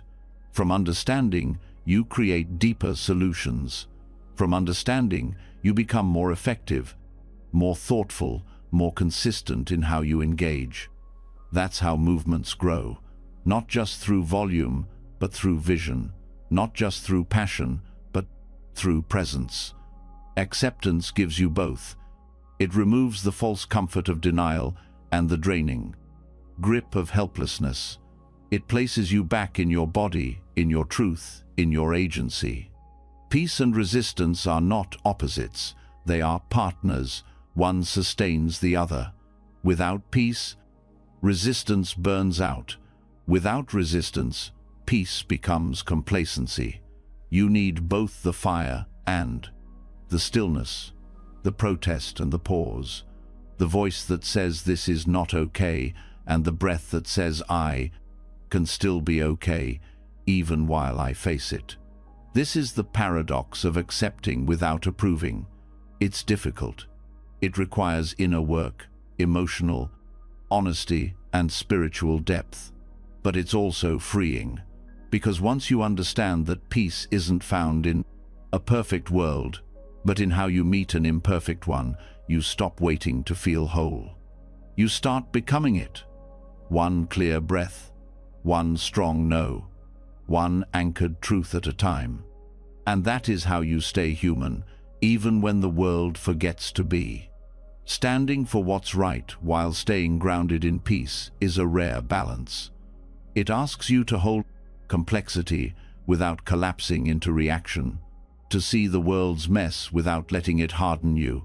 But the truth is, your ability to meet injustice with clarity and compassion starts with how you meet yourself. Because the conflict out there often reflects the conflict within. When you, 39, at war with your own pain, your own history, your own unwanted traits, the world becomes another battlefield. Acceptance, then, must turn inward, not only to the parts you're proud of, but to the parts you hide, the ones you judge, the ones you push away. This is the work of shadow integration. The shadow is everything about yourself that you've disowned, the traits you don't want to admit, the thoughts you deny having, the feelings you label as wrong. It's not evil, it's unaccepted. It's the fear you hide under competence, the anger buried beneath politeness, the envy that lives under fake encouragement. These parts don't go away just because you pretend they're not there. They show up indirectly in projections, in defensiveness, in the patterns you can't seem to break. They speak through sabotage, silence, and overreaction. And the more you avoid them, the more power they hold. Accepting your shadow isn't about indulging it, it's about understanding it. Every disowned part of you once served a purpose. Maybe you were punished for showing emotion, so you learned to stay distant. Maybe you were ridiculed for expressing anger, so you shoved it down. Maybe you grew up being told you had to be the good one, the strong one, the quiet one. So the rest of you got exiled, not because it was bad, but because it wasn't safe. Shadow work begins by becoming aware of these parts, not just intellectually, but emotionally.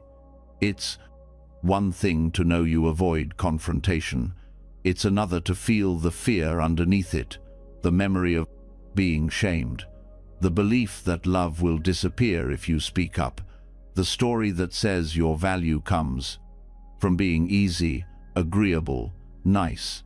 These aren't flaws, they're protections. They helped you survive. But now, they're limiting you. One of the most powerful tools in shadow integration is projection awareness. When someone irritates you not mildly, but intensely, that reaction often points to something unresolved in you. Maybe it's a trait you've rejected in yourself. Maybe it's an unmet need. When you feel the urge to judge someone harshly, pause, ask, what part of me feels threatened right now? What am I seeing in them that I haven't allowed myself to be? This isn't about blaming yourself for others' behavior. It's about taking back your energy. When you own your shadow, you stop needing to control other people. You stop expecting the world to mirror only the parts of you that you've accepted. You become more curious, less reactive, more open, less defensive. That's real emotional freedom. The shadow also holds your unlived potential, not just your pain, but your power. Traits like confidence, sensuality, ambition, assertiveness. If you were taught those made you selfish, arrogant, or unworthy of love, you may have buried them. But they don't disappear. They wait. They leak out sideways. Or they turn into envy, bitterness, self-sabotage. Owning your shadow means reclaiming these capacities. Saying, I am allowed to want. I am allowed to take up space. I am allowed to have boundaries. This doesn't make me bad. It makes me whole. Wholeness is not perfection. It's integration. It means you stop splitting yourself into acceptable and unacceptable parts. You start holding all of you with honesty and care. That doesn't mean you act on every impulse. It means you recognize them, understand them, and choose from awareness rather than avoidance. The more you accept your inner world, the less you react to the outer one. This work is uncomfortable. It asks you to look at things you've spent years avoiding, the jealousy you feel toward people who live more freely, the resentment you hold toward someone who never acknowledged your pain, the self-pity you mask as strength. None of these are wrong. They're just unspoken. And when you speak them, even just to yourself, they soften. They lose their grip. Self-judgment is often what keeps the shadow locked in place. You tell yourself you should be past this, that you're too grown to feel this way, that your pain is not valid because others have had it worse. But growth doesn't 39 come from guilt. It comes from gentle honesty, saying, this is still in me, it hurts, I want to understand it. That approach transforms shame into self-awareness. Another key part of integration is recognizing your masks, the roles you play to avoid rejection, the identities that feel safe but also small. Maybe you're the overachiever, hiding your fear of being average. Maybe you're the helper, afraid to ask for anything yourself. Maybe you're the comedian, covering your sadness with sarcasm. These roles are not fake, they're partial. Shadow work invites you to expand, to let more of you be seen, even when it risks not being approved of. The shadow also includes your unmet needs, the hunger for attention, for validation, for being held. These needs aren't immature, they're human. When you don't acknowledge them, they run your life from underneath. You attach to people who mirror your pain. You chase success, hoping it will fill the silence inside. You overgive, hoping someone will finally give back. But when you start naming these needs clearly, without shame, you stop manipulating others to meet them. You start meeting yourself. Inner conflict begins to dissolve when you stop punishing yourself for being human. The goal isn't to never feel rage, insecurity, or sadness. The goal is to stop pretending those emotions make you unworthy. You can feel deeply and still be grounded. You can carry darkness and still be light. That duality is not a flaw, it's the truth of being alive. Relationships become more honest when you do this work. You stop expecting others to hold what you've rejected. You stop projecting your shadow onto your partner, your boss, your friend. You recognize your triggers as invitations, not threats. And you start choosing connection based on truth, not just comfort.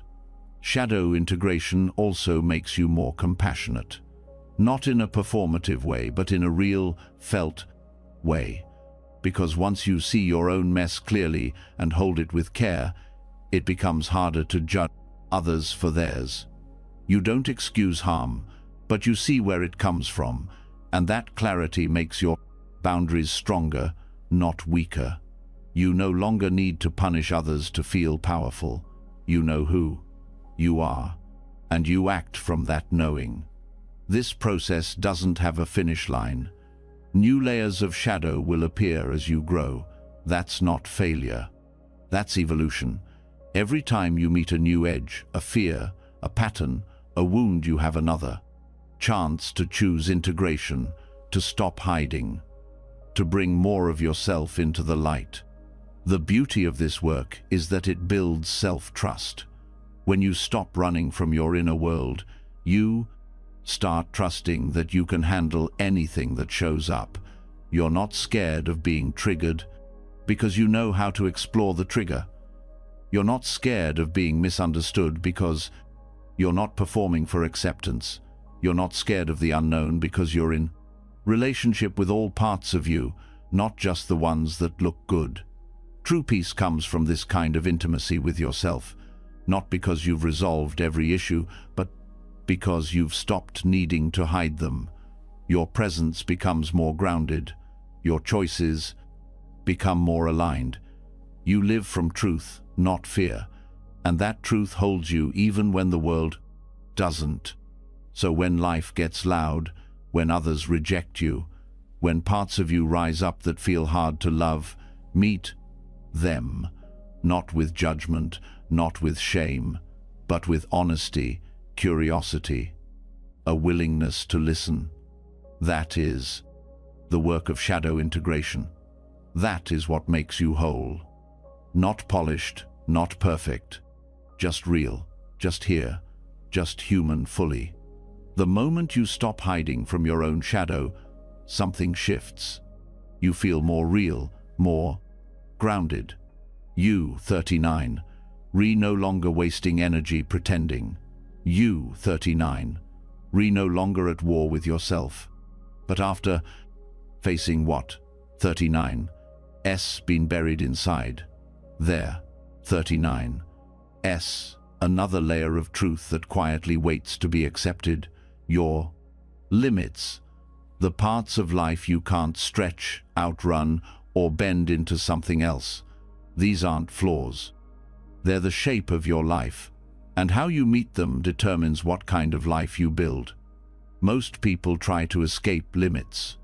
They treat them like cages, like something to push against, always needing more time, more freedom, more possibility. But endless options don't always lead to more fulfillment. They often create confusion, anxiety, and indecision. Limits, when seen clearly, don't shrink your life. They shape it. They give it definition, edges, focus. They tell you what truly matters.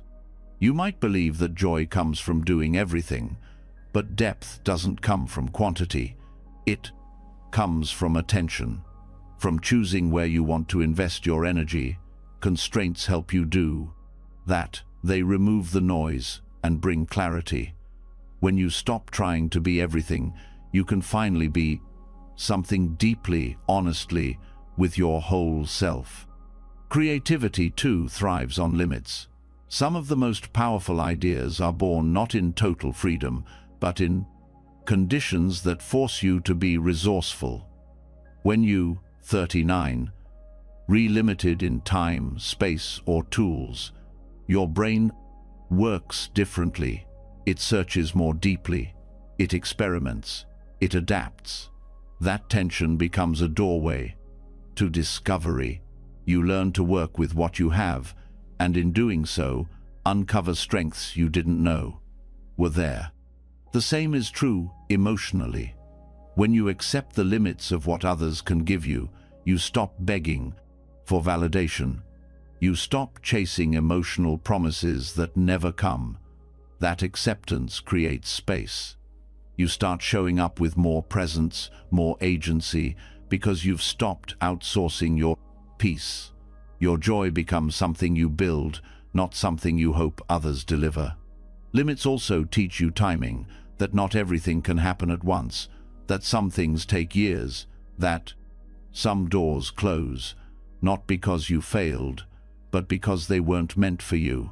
Accepting this brings rest to your nervous system. It stops the frantic chase for the life you think you should have. You return to the one you're already living, and you begin to shape it with intention. There is also wisdom in physical limits. The body changes. It has needs, thresholds, a pace it asks you to respect.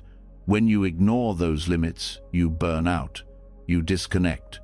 But when you honor them, you find rhythm. You work smarter, not harder. You learn to pause before collapse. That isn't weakness, it's awareness.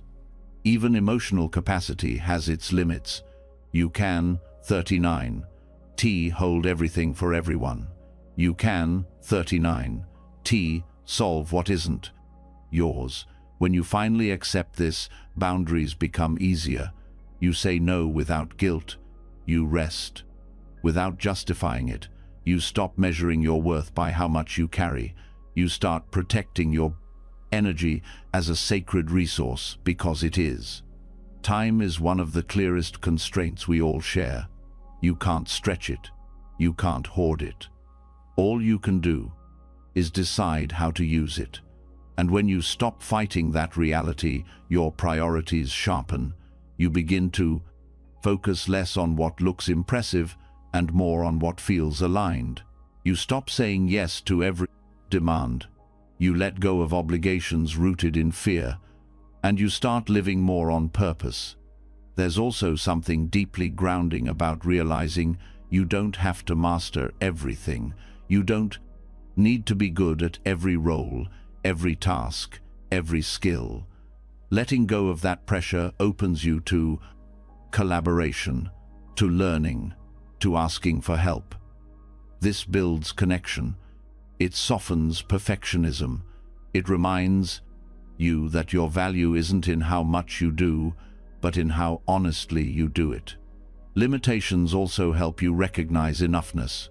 When you're always reaching for more success, more approval, more progress, you never arrive.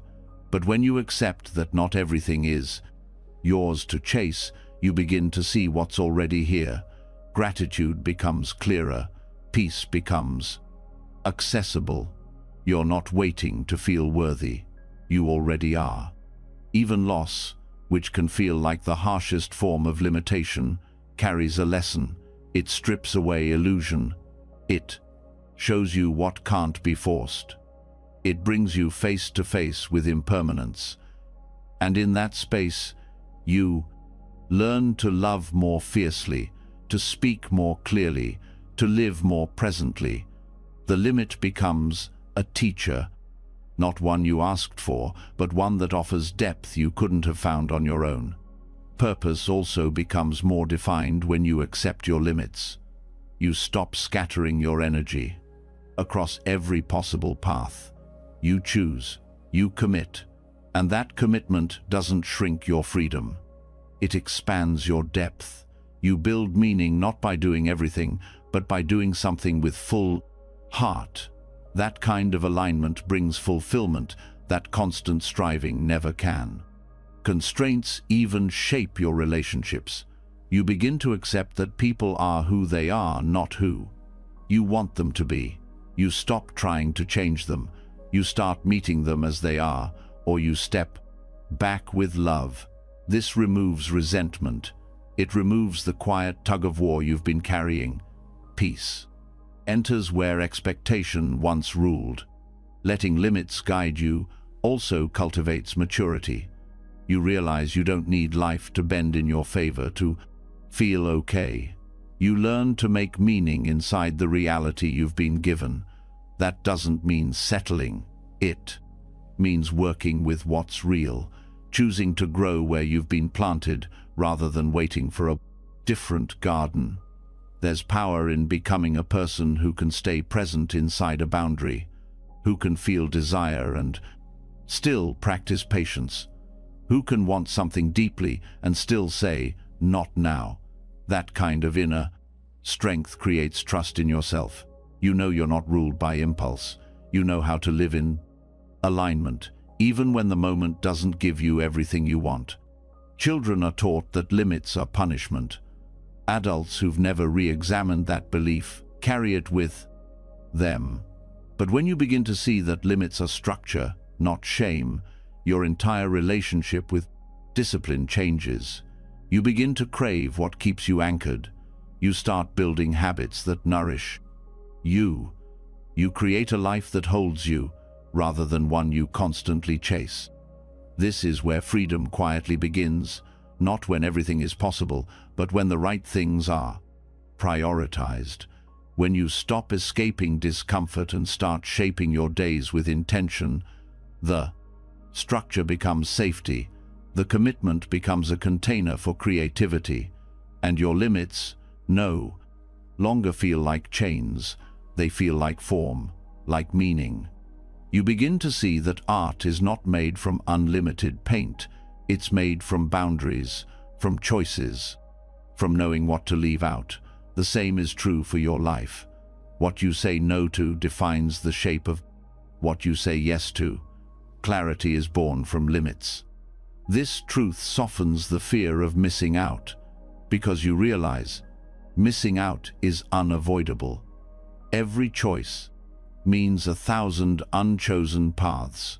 That's not failure, that's design. And when you trust that, you stop chasing everything. You choose with care. You live with presence.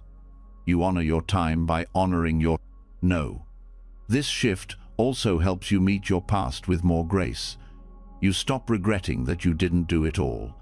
You start seeing that what you did choose was valid, even if it was imperfect. You forgive the version of you who had to learn through limits, and you thank them for surviving long enough to hand the pen to do the one writing today. Limits, when embraced, become a compass. They tell you where your values live, where your energy belongs, where your real life is waiting, not the ideal life in your head, the one here, the one unfolding, moment by moment, inside the edges you once tried to escape. And maybe you still want more, maybe there's still ambition. That's not wrong. It just doesn't have to come from scarcity. It doesn't have to fight against your reality. It can grow inside your current life, inside the time you do have, the resources you do hold. That's not settling, that's mastery. So you stop seeing limits as threats, and you begin to see them as the very shape of your path. Not obstacles, outlines. Not barriers, invitations to focus, to simplify, to deepen. And when you stop trying to be everywhere, you finally arrive fully here. And from here, everything starts to mean more. Once you begin to honor the structure of your limits instead of resisting them, you no longer feel small, you feel focused. You stop chasing every version of life and start choosing the one that feels most aligned. But there's another form of pressure, one even deeper, often invisible, that can still keep you restless. The version of yourself you think you should be, the image you, 39, built over years of comparison, expectation, and quiet self-criticism. It doesn't matter how present your life becomes if you're still trying to measure up to a false ideal, you'll always feel behind. The idealized self is built quietly. It starts as a wish to be admired, to be more disciplined, to always say the right thing, to achieve effortlessly, to never disappoint anyone. Over time, that wish becomes a blueprint, an invisible checklist you carry around. And when your real self doesn't match it, you feel guilt, shame, and self-doubt, not because you've done something wrong, but because you're measuring yourself against something unreal. This self-image isn't rooted in authenticity, it's built from fragments, a parent's expectations, a teacher's approval, a culture's definition of success. It doesn't come from truth, it comes from performance. And the longer you chase it, the more disconnected you become from your actual life. You try to fix what was never broken. You try to become someone you were never meant to be. Letting go of the idealized self doesn't mean lowering your standards. It means removing the pressure to become a person who only exists in your imagination. That version might seem perfect, but it's hollow. It's not alive. It doesn't laugh the way you laugh. It doesn't fail and grow. It doesn't know how to feel joy without conditions. It's a projection, a protective one, yes, but still a projection. The mind creates this version to feel in control. It says, if I become this, then I'll be safe. Then I'll be enough. But no matter how close you get, the target moves. The more you achieve, the more the ideal grows. That's because it was never meant to be reached. It was designed to keep you running. Real peace comes when you stop running, when you stop managing your identity like a project, when you start showing up as you are, not as who you think people want. That kind of presence is vulnerable, but it's also powerful, because when you, 39, no longer hiding behind an image, your connections deepen, your energy returns, your voice becomes clearer. Much of this false self is built through comparison, watching others live their curated lives and feeling the need to compete. But the truth is, you're comparing your insides to someone else's outsides. You're holding your private pain against their public success. That distortion fuels the belief that you're behind, that you're not enough. But the self you think they are isn't even real. It's edited, it's filtered, it's controlled. Comparison is one of the fastest ways to lose sight of who you are. And the more you chase someone else, 39's life, the more you abandon your own. The only way back is through honesty, through asking, who am I when I'm not performing? what matters to me, not because it's impressive, but because it feels right. Letting go of the idealized self also means grieving. You grieve the fantasy, you grieve the years spent chasing a version of yourself you thought would finally make you feel worthy. That grief is important. It's not failure, it's clarity. It's the beginning of coming home.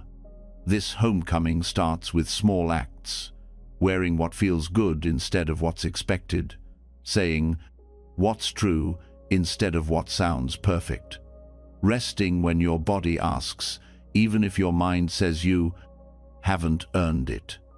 These moments may seem insignificant, but they build identity rooted in truth. You stop shaping yourself for approval and start becoming someone you recognize. Much of your suffering comes from rejecting parts of yourself that don't match the ideal. The part that gets anxious, the part that feels insecure, the part that doesn't know what's next. But these parts aren't wrong. They're human. They don't need fixing. They need space. They need to be met with patience, not judgment. Accepting them doesn't mean you stop growing. It means you stop growing away from yourself. You stop using self-improvement as a disguise for self-rejection. You start asking, how can I grow in alignment with who I am, not in pursuit of who I'm supposed to be? This shift is subtle, but powerful. You go from managing your image to building your life, from defending your identity to exploring it. You make space for contradiction, for complexity, for being both strong and tender, ambitious and uncertain. You become whole, not through perfection, but through inclusion. This wholeness transforms how you relate to others. You no longer need to prove your worth in conversations. You listen more, you soften, you let others see your edges. That openness creates safety, not just for you, but for the people around you. You become a mirror that says, you don't have to pretend here. The more you release the pressure to become your idealized self, the more you realize how much time you've spent managing impressions, planning the right response, curating the right moment, saying yes when you wanted to say no. These habits run deep, but they unravel through awareness, through noticing when you start slipping into performance, through gently coming back to presence. This presence allows your goals to shift. You stop chasing validation and start creating from purpose. You no longer need to be the best, you just want to be real. That authenticity brings peace. It simplifies decisions. It guides your path without needing to prove anything. There's also a kind of joy that returns when you stop trying to be someone else. A quiet joy. Not the combined, loud kind that needs to be posted. The kind that happens when you laugh without rehearsing it. When you speak without editing. When you choose something just because it makes sense to you. That joy is the gift of belonging to yourself. Letting go of the idealized self also helps you face failure differently.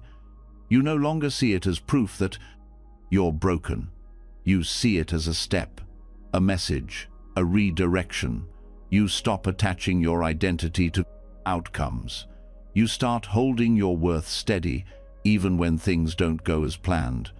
This steadiness is what you've been seeking all along. Not approval, not perfection, just the feeling of being anchored in yourself, of knowing that who you are, beneath the layers, is enough, that nothing needs to be added for your presence to matter. When you reach that place, you stop waiting for the world to validate you. You start showing up because it feels good to be here, not to impress, not to win, just to live, to feel, to love, to offer what's yours to give, without apology. And slowly, that false self you built, the one who always had the answers, the one who never felt afraid, the one who carried every expectation starts to fade, not violently, just quietly, like mist, burning off under the weight of truth. And what's left isn't smaller, it's real. And from that realness, you begin again. Not as someone you, 39, retrying to become, but as someone you finally are. Letting go of the idealized self is one of the deepest acts of honesty. When you stop chasing the version of you that only exists in your mind, you finally meet the person who's been here all along. That meeting opens a door not just to freedom, but to compassion. And sometimes what that compassion has to face is not just emotional discomfort, but the hard physical reality of being in a body that struggles. Because for many, the real challenge is not just who you thought you had to be, it's what your body no longer allows you to do. This is where acceptance meets the raw edge of pain, illness, and change that won't go away no matter how hard you fight it. Living with chronic pain or illness forces you to confront limitations you didn't choose. It interrupts plans. It reshapes identity. It makes you question things you never used to think about: your energy, your future, even your worth. And while the world often encourages fighting against pain, there's a different path that leads to peace. Not giving up, but giving in. Surrendering not in defeat, but in recognition of what is, of what no longer works, of what needs care instead of control. Surrender in this context doesn't mean passivity. It means you stop treating your body like an enemy. You stop demanding it perform like it used to. You begin listening to what it's asking for, rather than punishing it for not being what it once was. That shift alone can start to bring relief, not because the pain disappears, but because the war around it begins to quiet. One of the hardest parts of chronic pain is the invisibility. Others may not see it. They may not understand why you cancel plans, why you move slowly, why basic tasks drain your energy. This lack of visibility can make you doubt yourself or feel pressured to pretend you're fine. But pretending costs you energy you can't afford to waste.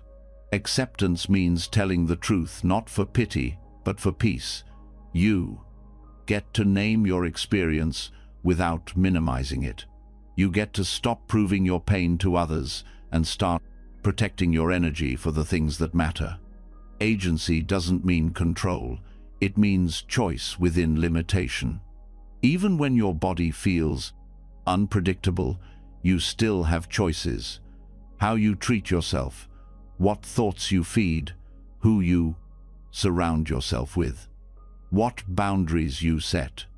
Reclaiming agency begins with shifting focus from what you can't do to what you can influence: your breath, your rhythm, your attitude toward your experience. This doesn't mean toxic positivity.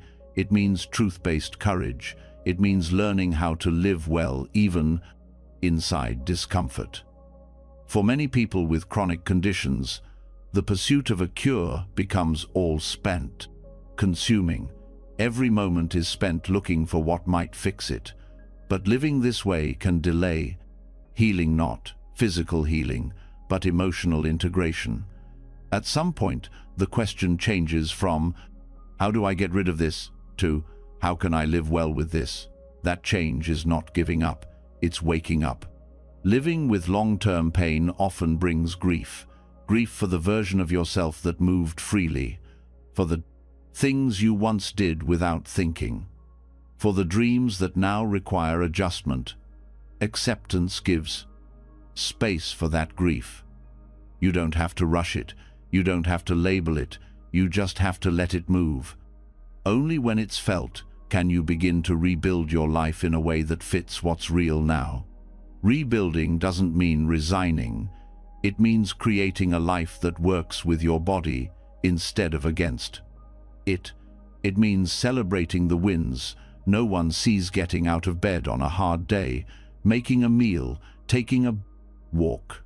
These moments are not small when pain is constant.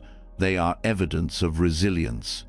When you notice them, your mind stops focusing only on what's missing and starts appreciating what's still possible. Another part of reclaiming peace in illness is learning to separate identity from diagnosis. Your condition may impact you, but it is not all of you.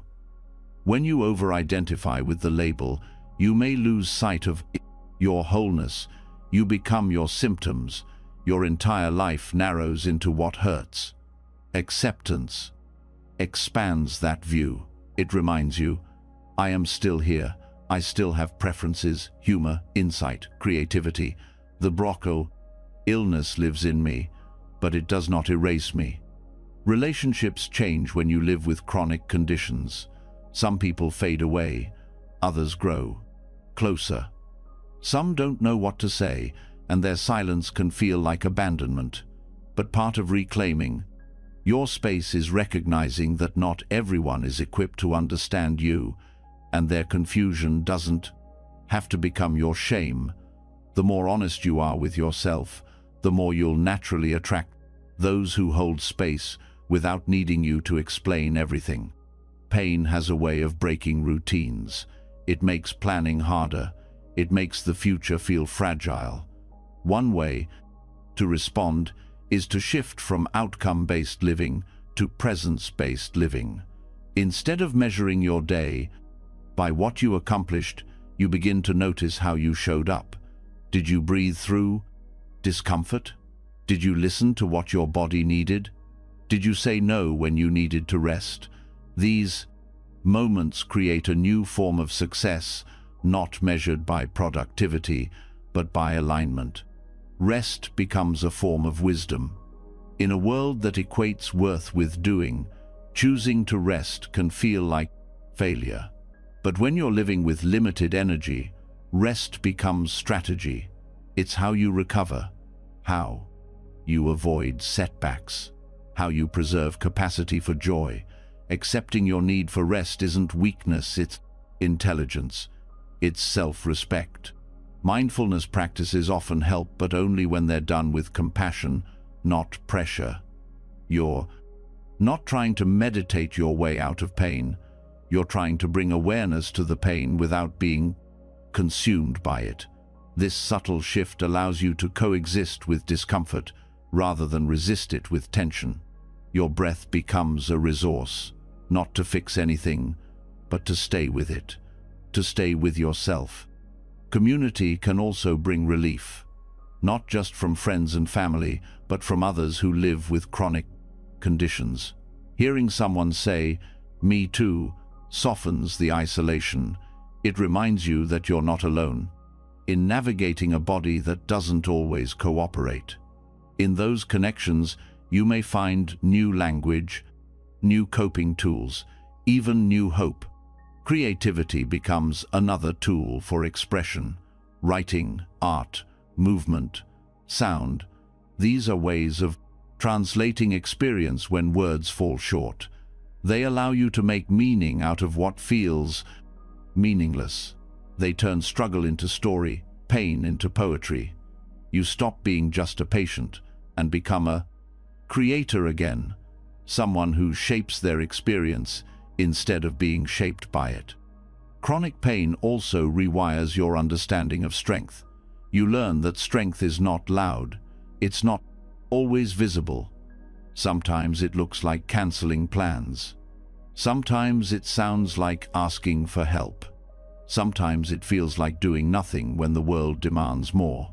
This version of strength is slower, quieter but deeper, and it lasts longer because it's rooted in truth. Acceptance doesn't mean you stop seeking improvement. It means you stop tying your peace to results. You can still pursue healing without making your current state wrong. You can still hold hope without turning the present into a problem. That balance between effort and ease, between striving and surrender is what allows life to feel livable again. Your story is not only about what you've lost, it's also about what you've learned. How to slow down, how to listen, how to live with nuance. These lessons don't come through ease, they come through endurance. And they give you insight most people don't have. Not because you asked for it, but because you faced what others avoid. And that insight, it becomes your power. Not in a heroic way, but in a quiet, steady way that lives in your choices, your values, your presence. That presence is healing, not just for you, but for those around you. You become a reminder that even inside limitation, there can be grace. Even inside discomfort, there can be purpose.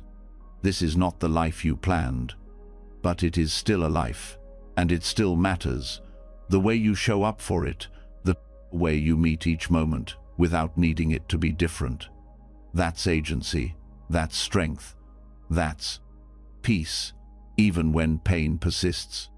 You don't have to become a symbol. You just have to be you, as you are, right here. And the more you honor that, the more whole you feel, even in a body that's healing slowly or not at all. Because acceptance isn't about fixing everything. It's about finally realizing that you were never broken. Accepting the reality of a body in pain reshapes what strength means. It invites presence over pressure, honesty over perfection, and a softer kind of power that can exist even within limits. And once you start living from that deeper truth zone that no longer fights reality but responds to it, you begin to see how ancient that wisdom really is. Long before psychology gave words to surrender, long before medicine explored the body-mind connection, humanity looked to myth to understand suffering, limitation, and letting go. In those stories, buried in symbolism and ritual, are the same truths still asking to be remembered now.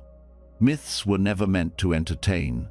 They were created to explain the parts of life that can't be controlled: death, loss, sacrifice, change.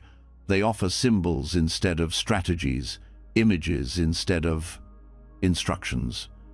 And in those symbols lie teachings that can't always be spoken directly. They are truths you feel before you understand them. And among their deepest lessons is the reminder that surrender is not the end of strength, it's the beginning of it.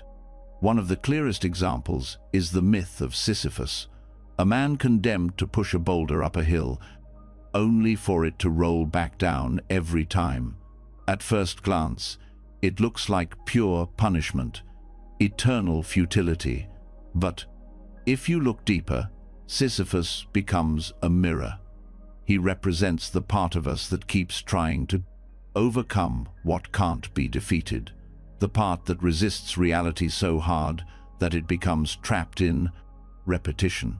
But some interpretations suggest that true freedom for Sisyphus doesn't 39 come from escaping the boulder. It comes from changing how he meets it, from seeing the act not as suffering, but as sacred, as his path. The moment he stops expecting a different outcome is the moment his mind becomes free. In this way, the myth doesn't say, stop trying. It says, stop expecting the result to define your worth. Keep pushing, not because it will free you from pain, but because you've learned how to meet pain with presence. That shift transforms suffering from punishment into purpose, and it reflects one of the deepest truths about surrender. You can't change the mountain, but you can change how you climb it. Another myth that teaches surrender through wisdom is the story of Odin, the Norse god who willingly hangs himself from the world tree, Yggdrasil, for 9 nights. He gives up his comfort, his certainty, even his sight to gain insight. He doesn't fight for power, he surrenders everything to gain knowledge. And what he finds is not control, but understanding. He learns the runest symbols that reveal the unseen patterns of the world. Odin's sacrifice is not about loss, it's about transformation. By giving up the things he once thought defined him, he becomes something new. The story shows that surrender is sometimes the price of deeper vision, that the insight you're searching for won't arrive through effort. Alone it arrives when you stop grasping and start listening, when you trust that wisdom often comes in silence, in stillness, in letting go of the version of you that had all the answers. From another tradition comes the story of Shiva, a central figure in Hindu mythology, known not just for his power, but for his role as the destroyer. At first, destruction seems like the opposite of peace, but in this story, destruction is not chaos, it's necessary. Shiva's dance, the Tandava, represents the cycle of creation, preservation, and dissolution. Things must end so new life can emerge. The old self, the old patterns, the clinging identities, they have to dissolve before transformation can happen. Shiva shows us that surrender doesn't always look like stillness. Sometimes it looks like fire, like letting go of attachments that are no longer true, like allowing your world to change even when it scares you. His mythology doesn't say destroy to escape, it says destroy to evolve. And that message is especially powerful for anyone who has clung too tightly to a version of life that no longer fits. These myths point toward a similar truth, that surrender is a path, not a single moment. That giving up control is not giving up life. It's returning to the part of you that's been here all along, watching, the part that can sit in the unknown and still feel rooted. These stories last because they speak to what doesn't change, the grief, the fear, the uncertainty, and how humans have always tried to meet it with courage, ritual, and meaning. The myth of Demeter and Persephone also speaks to surrender, but through the lens of love and loss. When Persephone is taken to the underworld, Demeter, the goddess of harvest, falls into grief so deep that the earth stops growing. Her pain is real, her reaction is raw, but over time, a new balance is struck. Persephone lives part of the year in the underworld, and part above. The seasons are born from this cycle. The myth teaches that even the most unbearable loss can be folded into the rhythm of life. That surrender is not forgetting. It's making space for what has changed and continuing to live anyway. In this way, myth offers emotional maps. They don't fix pain, but they give it meaning. They show you that what you're feeling isn't new, that others, through time, culture, and belief, have walked this path. 2. That your surrender is not weakness, it's ancient, it's wise, and it's part of the human story. There's also a reason myths rarely show perfect characters. Their heroes fail, their gods rage, their journeys include loss, betrayal, and fear. Because myth understands something many modern narratives forget, that transformation doesn't require perfection. It requires presence, and presence requires surrender, not to the fantasy of how things should be, but to the truth of how things are. Many of these stories also include a descent into the underworld, into madness, into isolation. But the descent isn't the end, it's the turning point, the moment when all the strategies stop working and something deeper awakens. That's what surrender often feels like losing your grip, like falling. But what the myth reminds you is that every fall contains the seed of return. Not a return to who you were, but to something wiser, fuller, truer. Even in the myth of Icarus, whose wings melted from flying too close to the sun, there's a lesson in restraint. not to stop dreaming, but to honor limits, not to reject your wings, but to know when the flight becomes a chase. Surrender in this story is not the warning to stop rising, it's the reminder to rise with wisdom, to balance your fire with humility, to accept that even the sky has its thresholds. Surrender is not silence, it's the pause before clarity, the breath before the next right step. And mythology captures that pause. It doesn't rush you through it. It invites you to stay there longer, to let it work on you. You don't have to interpret myths literally to feel their truth. They live in your bones, in your dreams, in the moments when logic fails and you need something more symbolic to hold on to. They show that your pain is not a personal flaw, it's part of a larger process. And that process, when accepted, reveals something deeper than comfort. It reveals connection. Connection to time, to those who came before you, to parts of yourself that don't speak in words but still know. Myths teach through metaphor what you may not be ready to admit out loud, that life will hurt, that endings will come, that control will slip, and that there's still meaning on the other side of all of it. Surrender is rarely a choice made once, it's made again and again, each time you meet something you can't fix, each time you lose something you loved, each time the future you planned no longer exists. Myths remind you that you, 39, are not the first to face that moment, and you won't be the last. But you can choose how to walk through it, not with certainty, but with courage. In that courage, something new is born, not control, not predictability, but presence. And presence is what the stories always return to. The one who descends returns. The one who loses finds meaning. The one who lets go gains something they didn't know they were searching for. This is the quiet wisdom of myth, and it's still speaking, not from the past, but from within you. Right now, the wisdom found in mythology teaches that surrender is not the absence of strength, but its most sacred form. Myths remind us that pain, failure, and change are not flaws in the story, they are the story. They prepare us to meet the parts of life that arrive without permission, the moments we didn't ask for, the endings we never chose, because for all the ways we try to build, grow, and control, some things still slip from our hands.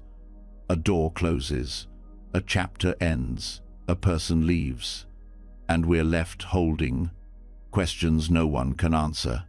These are the moments that demand a different kind of acceptance, the kind that begins only after everything else has fallen away. Involuntary endings come in many forms. The job that ended too soon, the relationship that unraveled, the dream that collapsed without warning.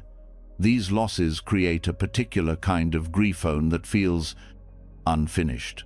There's no preparation, no closure, no ceremony, just the sudden absence of something you were still building your life around. And when that happens, the mind races for explanation. Why did this happen?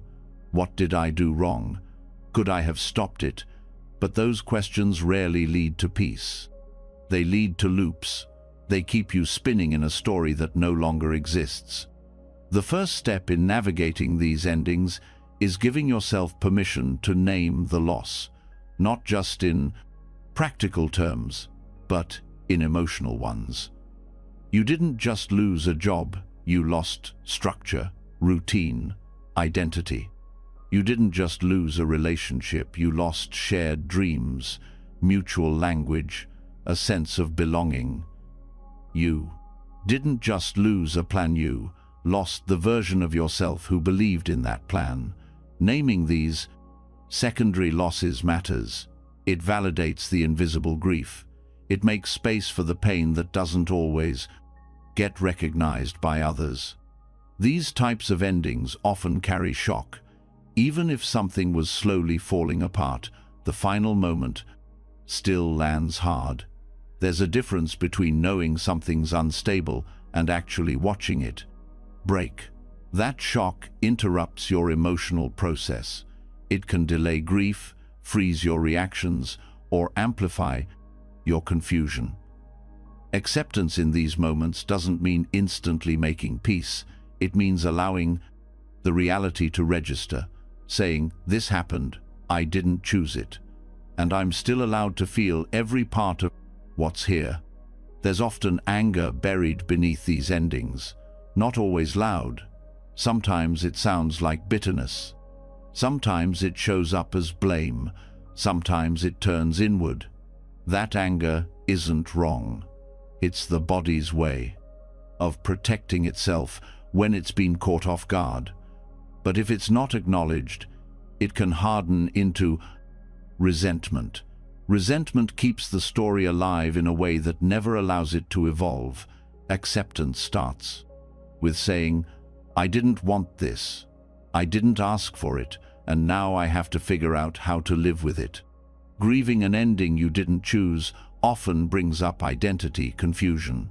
If you're no longer in that job, who are you? If that relationship is gone, what happens to all the parts of you that existed inside it? Endings break structure, and while they create space, that space can feel terrifying. The mind wants to fill it with immediate answers. But the most honest thing you can do is sit in the in-between, to say, "I don't know who I am now. I don't know what comes next." That pause is not failure. It's a bridge, and crossing it requires patience. One of the traps of unwanted endings is the urge to rewrite them, to try and make sense of why they happened by imagining different outcomes. But the more you rewrite the past, the longer it takes to step into the present. Acceptance doesn't mean you understand everything. It means you stop arguing with what can't be changed. You stop waiting for a different ending and start deciding how to live with the one you have. That decision doesn't happen all at once. It happens through small choices. Getting out of bed even, when your world feels unfamiliar. Saying no to the temptation to numb. Letting someone witness your grief without trying to make it pretty. These moments are not dramatic, but they're powerful. They are the building blocks of a new kind of life form, not built on certainty, but on truth. Part of accepting an ending is grieving the future it took with it, the plans you made, the milestones you were waiting for, the versions of yourself you were hoping to become. Those dreams were real, and their loss deserves your attention. Skipping this step leaves a shadow, but moving through it brings clarity. Because once you've grieved the future you lost, you can begin to shape the one that still remains. When a door closes without warning, there's often a deep pull to find a new one as fast as possible. You may feel pressure to bounce back, to pivot, to prove you 39, okay.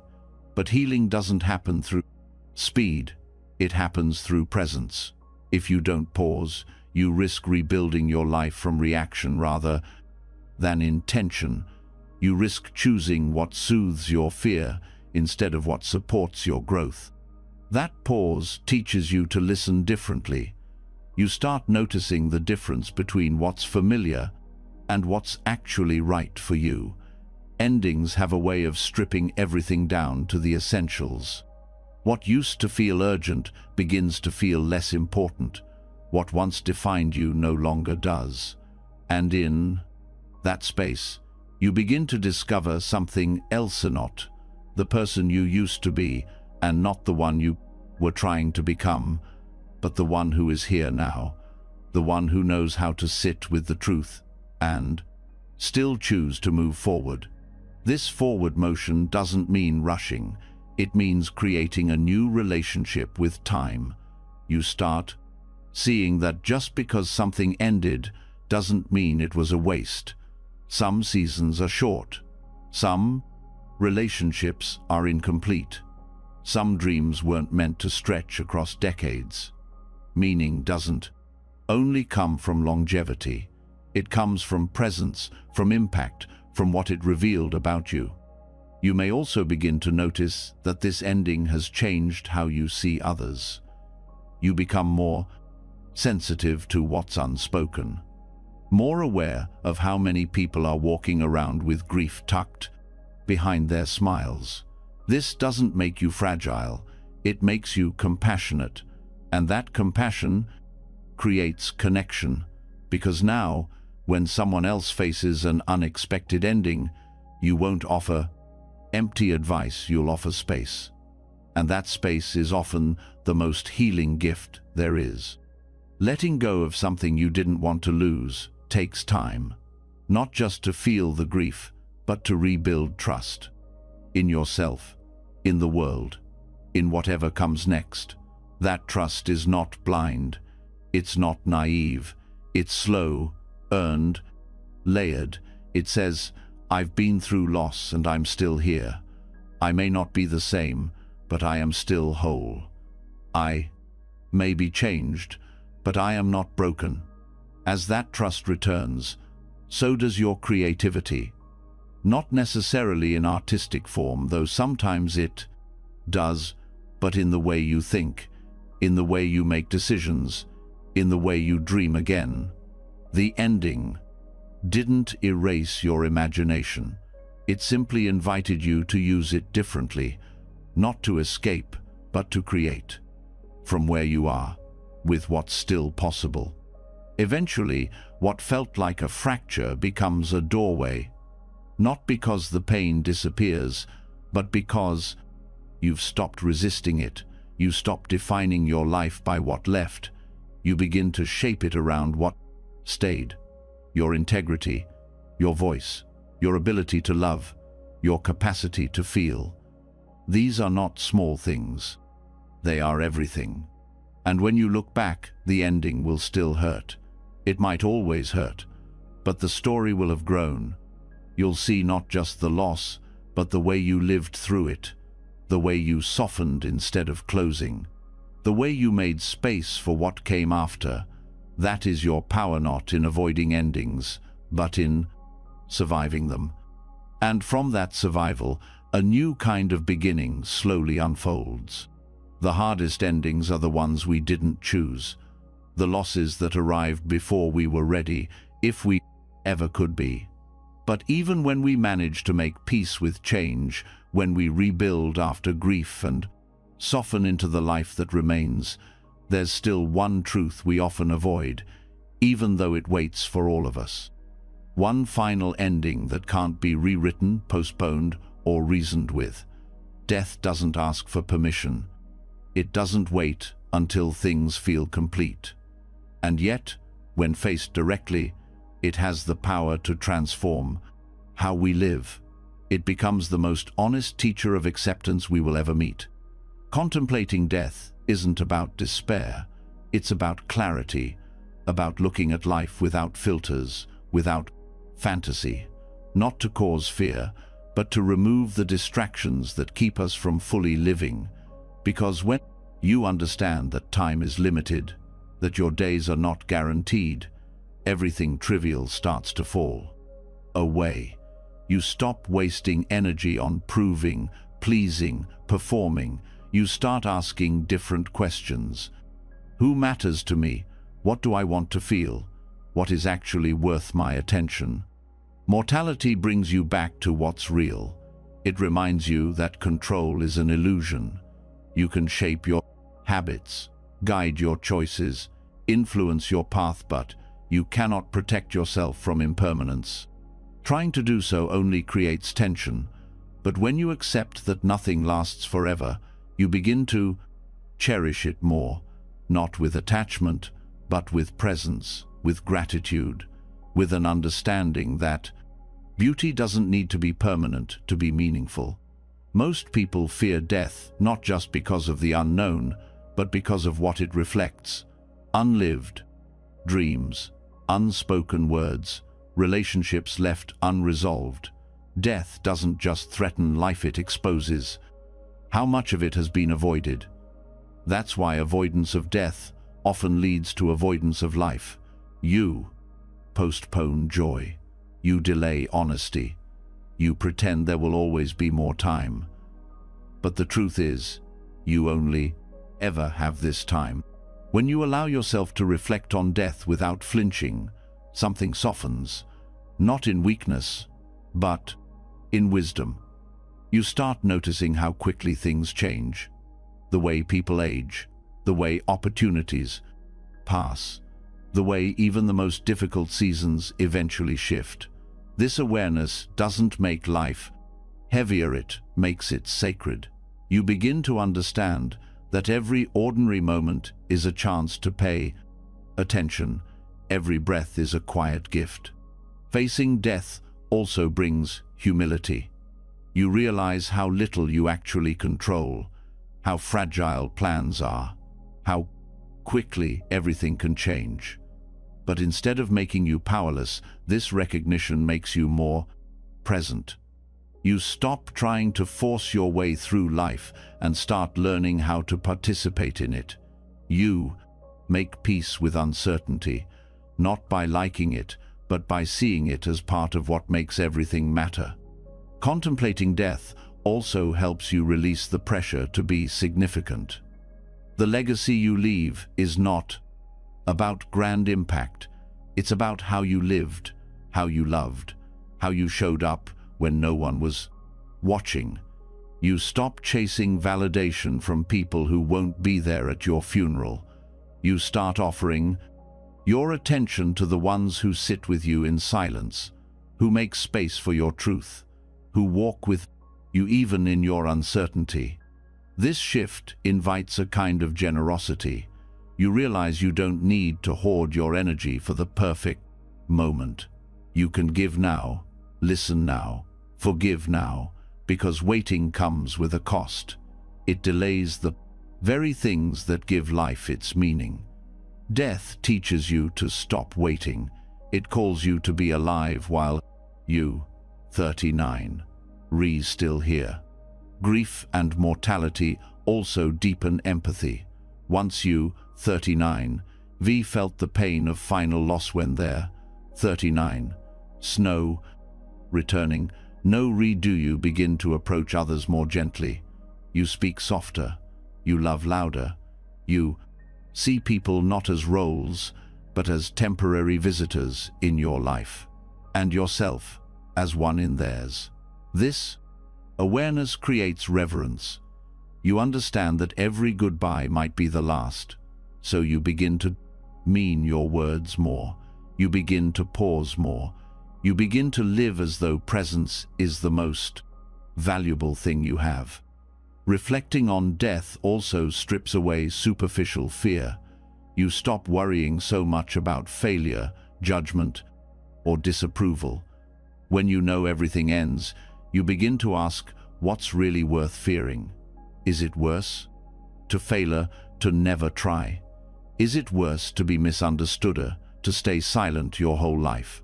Mortality doesn't ask these questions to punish you. It offers them as mirrors to help you choose differently.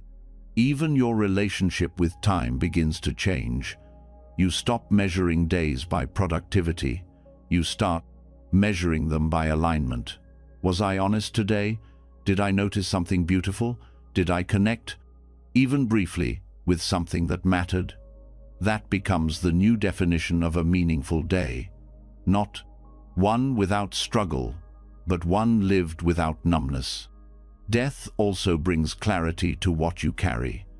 You stop holding on to grudges that drain you. You start offering grace to others, not because they earned it, but because you no longer want to waste your life being bitter. Forgiveness becomes less about letting someone else off the hook and more about freeing yourself, about making space for peace while you still have time to feel it. There's also a softening toward yourself. When you truly understand that your time is limited, you begin to treat yourself with more care. You stop waiting until you're perfect to feel proud. You stop postponing self-compassion. You realize that the version of you right now, flawed, growing, unsure, still worthy of love. Especially now, because now is all you really have. Some spiritual traditions encourage daily contemplation of death, not to cause fear, but to awaken the processing mind. The Stoics called it memento mori, remember that you will die, not to depress, but to clarify, to help you focus on what matters, to remove the illusion of endless chances. When you live with this awareness, decisions become simpler. You stop wasting time proving. You start investing time connecting. Even how you define success begins to change. It, 39, no longer about how much you accumulate. It becomes about how aligned you feel, how peaceful you are, how free you are from chasing things that don't feed your soul. You start asking, what can I release today? What am I holding that isn't mine? What would I regret not saying, not doing, not letting go of? Facing death also deepens your relationship with mystery. You no longer need to explain everything. You stop needing closure for every question. You learn to sit in the unknown, not as punishment, but as part of life. You begin to respect the limits of knowledge, and in that respect, you create space for wonder, for meaning that isn't always logical, for beauty that doesn't need to be defined. Death teaches you about endings, but it also teaches you about returns, not in a literal sense, but in the blinks way life continues through change, the way love lingers after someone is gone, the way impact ripples long after the moment has passed. You begin to see that nothing really disappears, it just transforms. And so do you. This doesn't remove grief, it honors it. You still cry, you still miss, you still wish, but you stop fighting the fanes nature of things. You stop needing permanence in a world that only offers presence. And in that shift, grief becomes part of the fabric of living, not a flaw in the design. Contemplating mortality can feel uncomfortable, but it's also liberating. It removes the pressure to live anyone else's version of a meaningful life. It invites you to define it for yourself, to change course when needed, to leave the path when it no longer feels true. Because you don't owe the world performance. You owe yourself peace. So you begin to ask more honest questions. If I had less time, how would I spend it? If this were my last conversation, what would I say? If I could choose presence over perfection today, what would change? These questions aren't morbid, they're clarifying. They pull you out of distraction and into devotion. They help you build a life that doesn't just look good, but feels alive. Not perfect, not always easy, but true. And when you live this way, aware of the end, but not defined by it, you begin to understand the gift of it all. Not because you have forever, but because you don't. And because of that, everything begins to matter more. Quietly, deeply, fully. Now, contemplating death awakens a kind of vision that cuts through illusion. It reminds you that nothing lasts, that time is fragile, and that peace cannot be postponed. In the face of that clarity, some truths are no longer avoidable. You begin to realize what you're still holding, the pain that never left, the stories that haven't healed, the names that still carry weight in your chest. Loss may teach you how little time you have, but forgiveness teaches you what to do with the time that remains. And not for them, for you. Forgiveness is often misunderstood. It's seen as permission, as forgetting, as weakness. But true, forgiveness is none of these. It's not about excusing harm. It's not about denying hurt. It's about deciding that your peace matters more than carrying the weight of what happened. Forgiveness is advanced acceptance. It's the point where you choose to stop reliving the injury, not because it didn't matter, but because it already cost you enough. To forgive doesn't mean the relationship goes back to what it was. It doesn't mean the other person has changed. It doesn't require an apology. Forgiveness is not reconciliation. It's not restoration. It's release. A choice to stop tying your worth, your energy, your attention to someone else's wrongness. A decision to be free, not because they earned it, but because you did. This process begins with honesty. Forgiveness cannot happen until the pain is named. The betrayal, the disappointment, the violation, it has to be felt first. Too often people skip this step and call it forgiveness.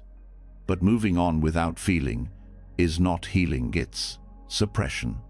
And what you suppress doesn't dissolve. It grows in silence, turns into resentment, and leaks out in your tone, your triggers, your relationships. Real forgiveness begins when you stop pretending you're over it and finally admit what hurt you. Once the truth is named, the work becomes internal. You no longer ask, how do I get them to see what they did?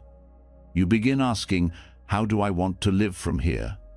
That shift marks the beginning of freedom, because when your healing depends on someone else's awareness, you remain trapped. But when it becomes about your own clarity, your own wholeness, your own return to peace, the path becomes yours again. Forgiveness isn't a feeling, it's a decision repeated over time. There will be days when you remember the pain and the old anger rushes back. That doesn't mean you failed. It means your nervous system is still healing. Forgiveness lives in how you respond to those moments. Do you feed the story again? Rehearse it, build it up. Or do you notice the memory, breathe through it, and remind yourself that you've chosen to no longer carry it? The greatest misconception is that forgiving someone lets them off the hook. But the truth is, they were never fully on the hook to begin with. People don't carry your pain for you. They move on. They rewrite the story. They protect their version of events. Meanwhile, you're the one still holding the weight. Forgiveness isn't letting them go, it's letting yourself go. Out of the story, out of the loop, out of the mental prison where your peace is tied to their remorse. You might also need to forgive people who never meant to hurt you, parents who did the best they could but still left you with wounds, friends who acted from their own unhealed pain, mentors who didn't know how to support you. These moments create confusion. You ask, how do I forgive someone I still love, or someone who never even knew they caused damage? The answer is the same, not through denial, but through understanding. Not to make it okay, but to stop letting it define you. Forgiveness does not mean the hurt didn't happen. It means it no longer controls how you love, how you speak, how you see yourself. You stop being the person shaped by what broke you and start being the person shaped by how you chose to heal. This kind of forgiveness is not loud. It doesn't need a declaration. It lives in your body, in the softening of your breath, in the quiet moments where you feel light again for the first time in years.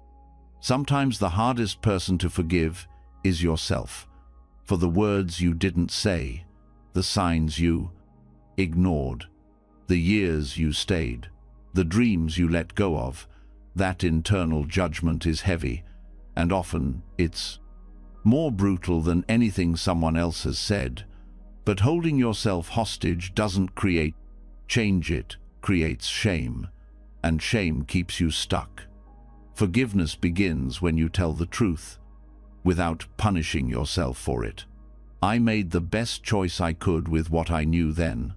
I didn't know how to do better, but I can now. Forgiving yourself isn't about erasing regret. It's about integrating it, learning from it, letting it shape you without defining you. Every mistake becomes a teacher.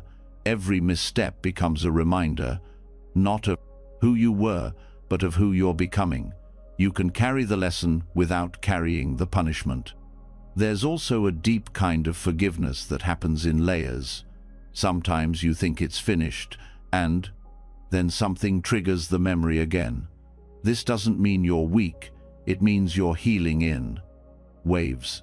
With each layer, the pain loses some of its power, not all at once, but slowly, like a rope, loosening knot by knot until you finally breathe. Forgiveness also teaches you boundaries. It shows you that peace isn't found in exposure to the same harm. You can forgive someone and still decide they don't have access to you anymore. That boundary is not revenge, it's self-respect. Forgiveness without boundaries is not noble, it's dangerous. Forgiveness with boundaries is wisdom. It says, I release you from my rage, but I will not abandon myself to keep the peace. This is where forgiveness becomes self-care, not just an emotional concept, but a practical way to live. You sleep better when you're not rehearsing the pain. You think clearer when you're not consumed by resentment. You show up more fully when you're not guarded by unresolved fear. Forgiveness makes room for joy, not because it erases the past, but because it stops dragging the past into every new moment. It's also worth saying that forgiveness is not always instant. It can take months, years, even decades to reach a place where the heart lets go. That timeline doesn't make you broken. It means you're human. Don't rush your process, but don't idolize your pain either. At some point, you will need to choose, do I want to be right about how I was wronged, or do I want to be free? There's a kind of pride that lives in being the victim. It feels righteous, it validates the pain, but staying there too long becomes a cage. Forgiveness invites you out not to forget, but to remember differently. To tell the story from the other side, not from the wound, but from the healing, not from the breakdown, but from the rebuild. Forgiveness is advanced acceptance because it asks you to go beyond logic, to let go, even when there's no apology, to move forward without justice, to find peace in an unfair outcome. This doesn't mean injustice is okay. It means your healing is not waiting for the world to be fair. It's available now. In how you meet this moment, in how you care for your own heart, in how you choose to rise without bitterness. You don't need anyone else to change for you to feel free. You don't need the past to rewrite itself. You don't need time to reverse. You only need this moment. And a willingness to say, I will not carry this anymore. I will not give this pain any more years than it already took. I release this not because they deserve peace, but because I do. That is forgiveness. A choice made quietly. An act of courage. A return to self. True forgiveness is one of the highest forms of acceptance. It demands presence, maturity, and the willingness to stop carrying what no longer serves your life. But once you reach that point of release, a deeper challenge often follows. To remain open without losing yourself again. How to love without clinging. How to stay present without being consumed. This is where the conversation shifts to detachment. And for many, this concept feels confusing, because it's often mistaken for not caring. But the heart of detachment isn't about walking away from feeling, it's about learning how to feel without losing your balance. Detachment is not apathy. Apathy says nothing matters. Detachment says not everything has to define Me. Apathy closes the heart. Detachment keeps it open, but steady. It allows you to be involved without becoming entangled. To love someone without needing to control them. To experience pain without becoming the pain. To witness change without panicking. This isn't disconnection, it's grounded. Presence. It's holding space for what is, without making it your entire identity. The confusion between detachment and indifference comes from how often we've seen people shut down in the name of self-protection. But numbness isn't the goal, it's a reaction to overwhelm. True, detachment doesn't come from fear, it comes from clarity. It's not a way to escape discomfort. It's a way to hold it more wisely, to be in the experience without being swallowed by it. One of the core teachings of healthy detachment is the understanding that nothing belongs to you, not people, not outcomes, not even the image of who you thought you'd become. Everything is in motion. And trying to freeze it, hold it, or shape it into what you planned only creates suffering. Detachment invites you to participate in life without gripping it, to enjoy the moment without needing it to last forever. This doesn't make you passive, it makes you discerning. You start responding instead of reacting. You stop trying to force what isn't aligned. You recognize when effort turns into control, and you choose to soften. That softening is not weakness, it's wisdom. It's knowing when to let life speak before you answer it. It's choosing to engage with intention, not from urgency. Detachment also teaches emotional responsibility.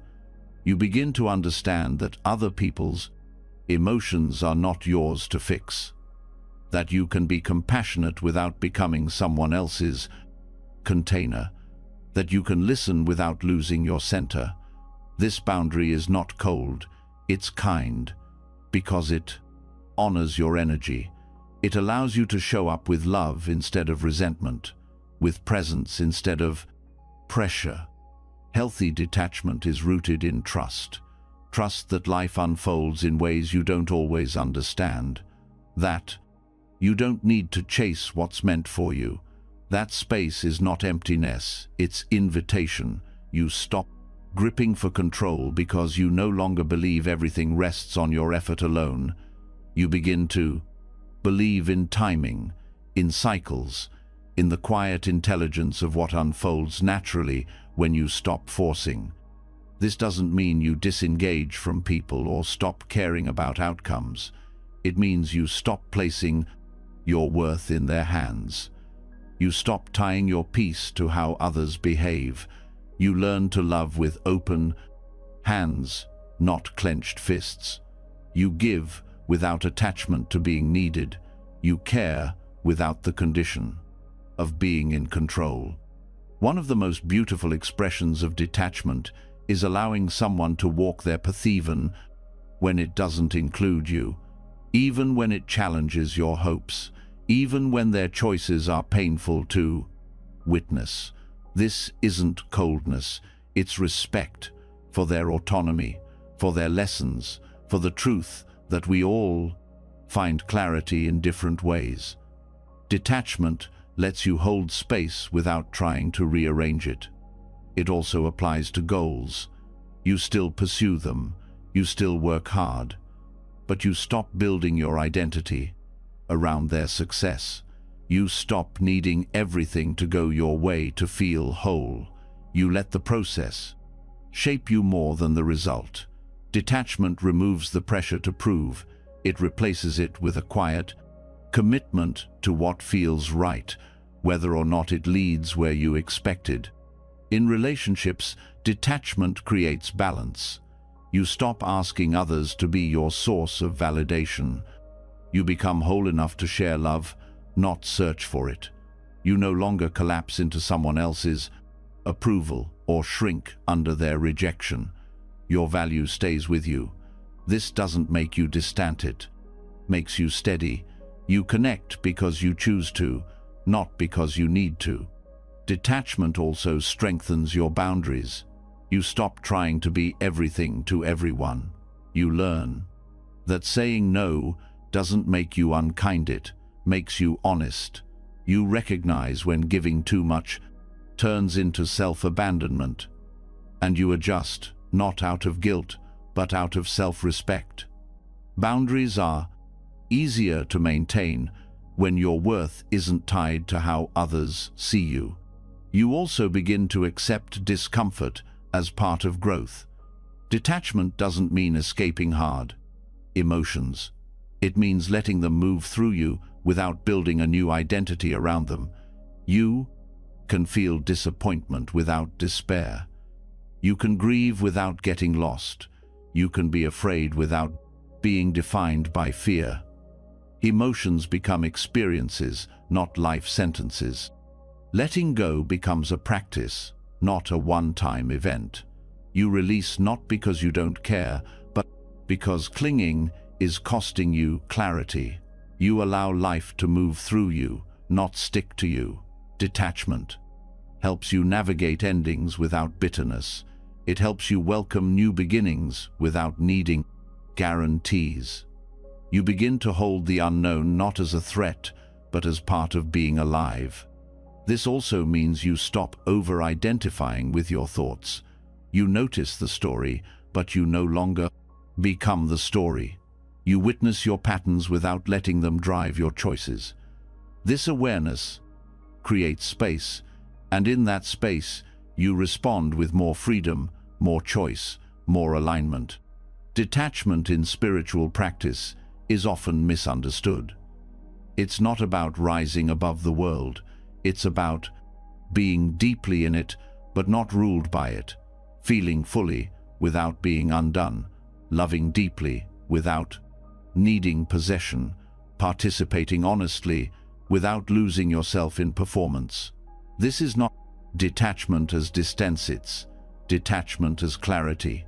You stop measuring your day by how much went right and start measuring it by how aligned you remained in the midst of change. You notice how little you actually need to feel peace when you're not resisting what is. You stop chasing highs.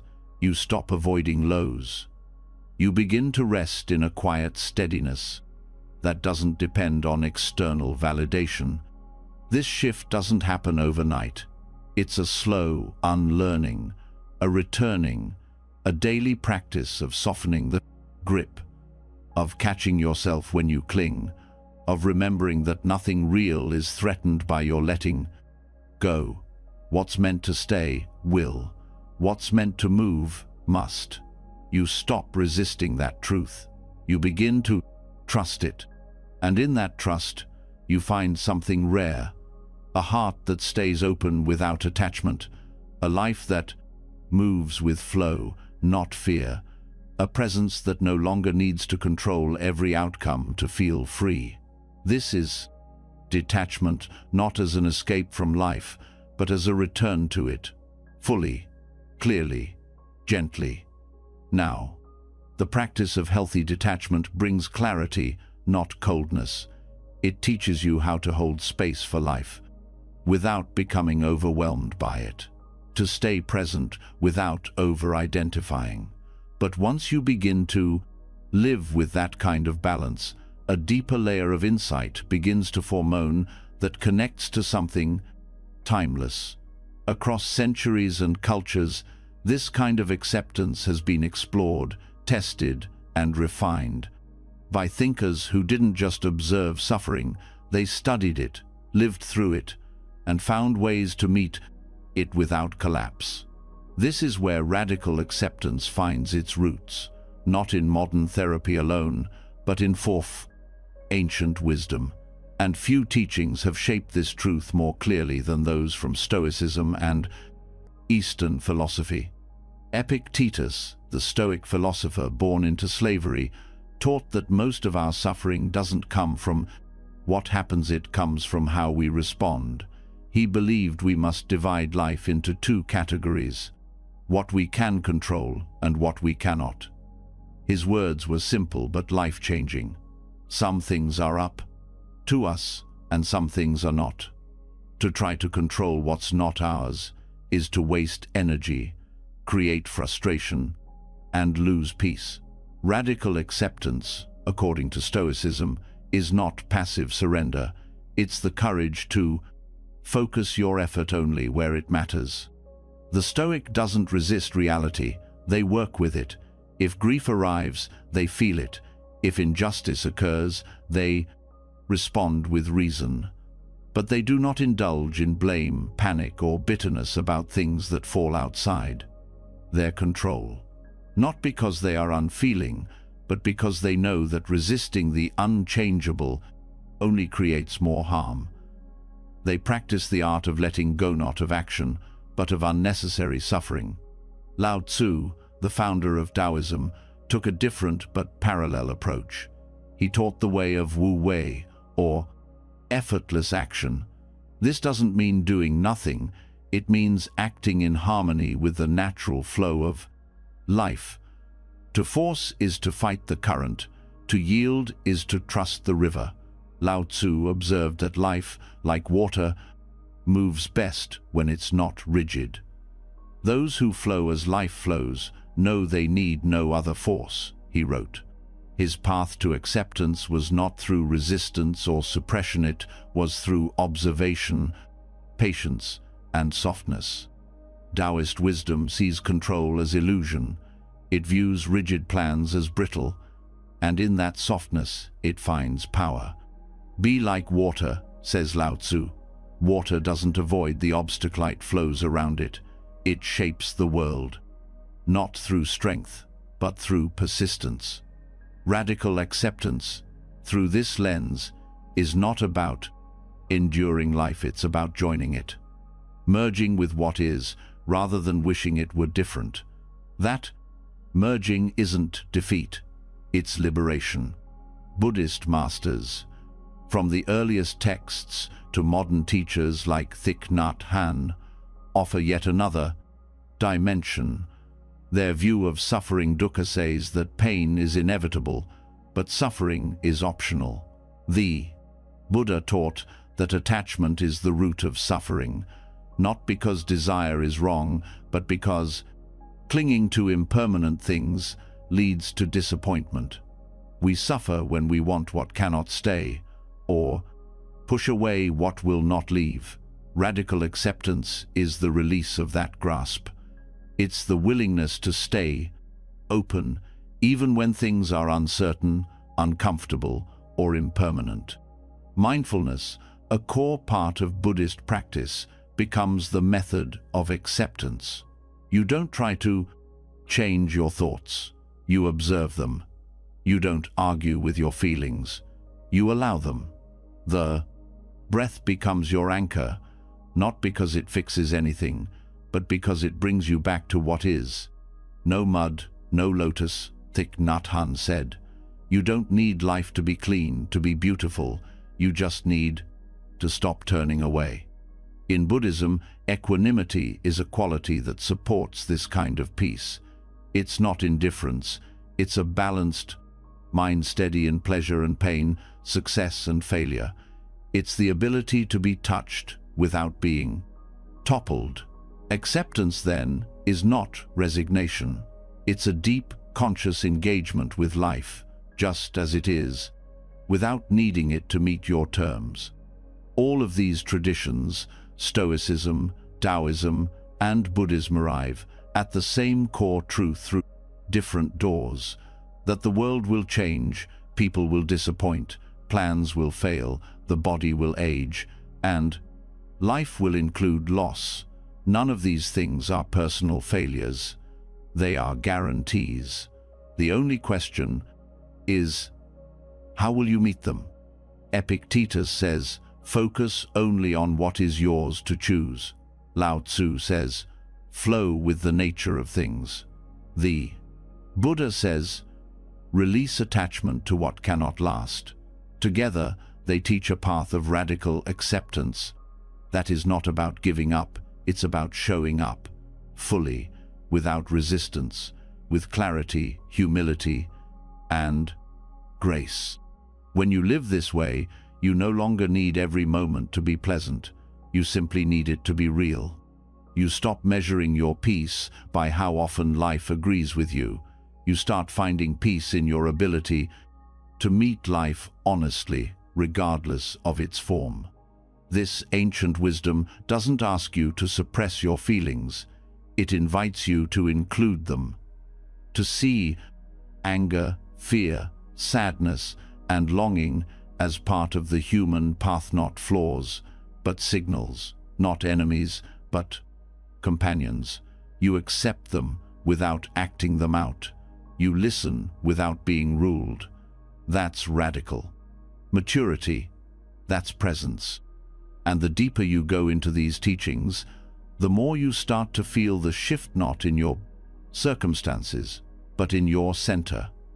You begin to release the belief that struggle means failure. You stop demanding certainty. You start creating space between the experience and the reaction. In that space, peace grows not as an escape, but as a rooted truth. Radical acceptance, then, is not passive. It's a quiet revolution, the kind that takes place inside your breath, inside your choices, inside the stories you stop repeating. It's the discipline of staying close to life even when it hurts, and the freedom of letting go not of care, but of control. These teachings may come from ancient voices, but their relevance has never been more alive. Because life is still unpredictable, people are still flawed, pain still comes. And your only true power always will be in how you meet it. Fully present, fully human, fully here. When you begin to embody the kind of acceptance taught by Stoics, Taoists, and Buddhist masters, something shifts.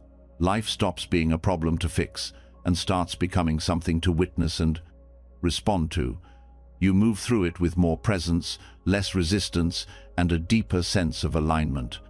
But even then, there are patterns that return, situations that look different on the surface but feel painfully familiar, relationships that echo old wounds, challenges that circle back just when you thought you were done with them.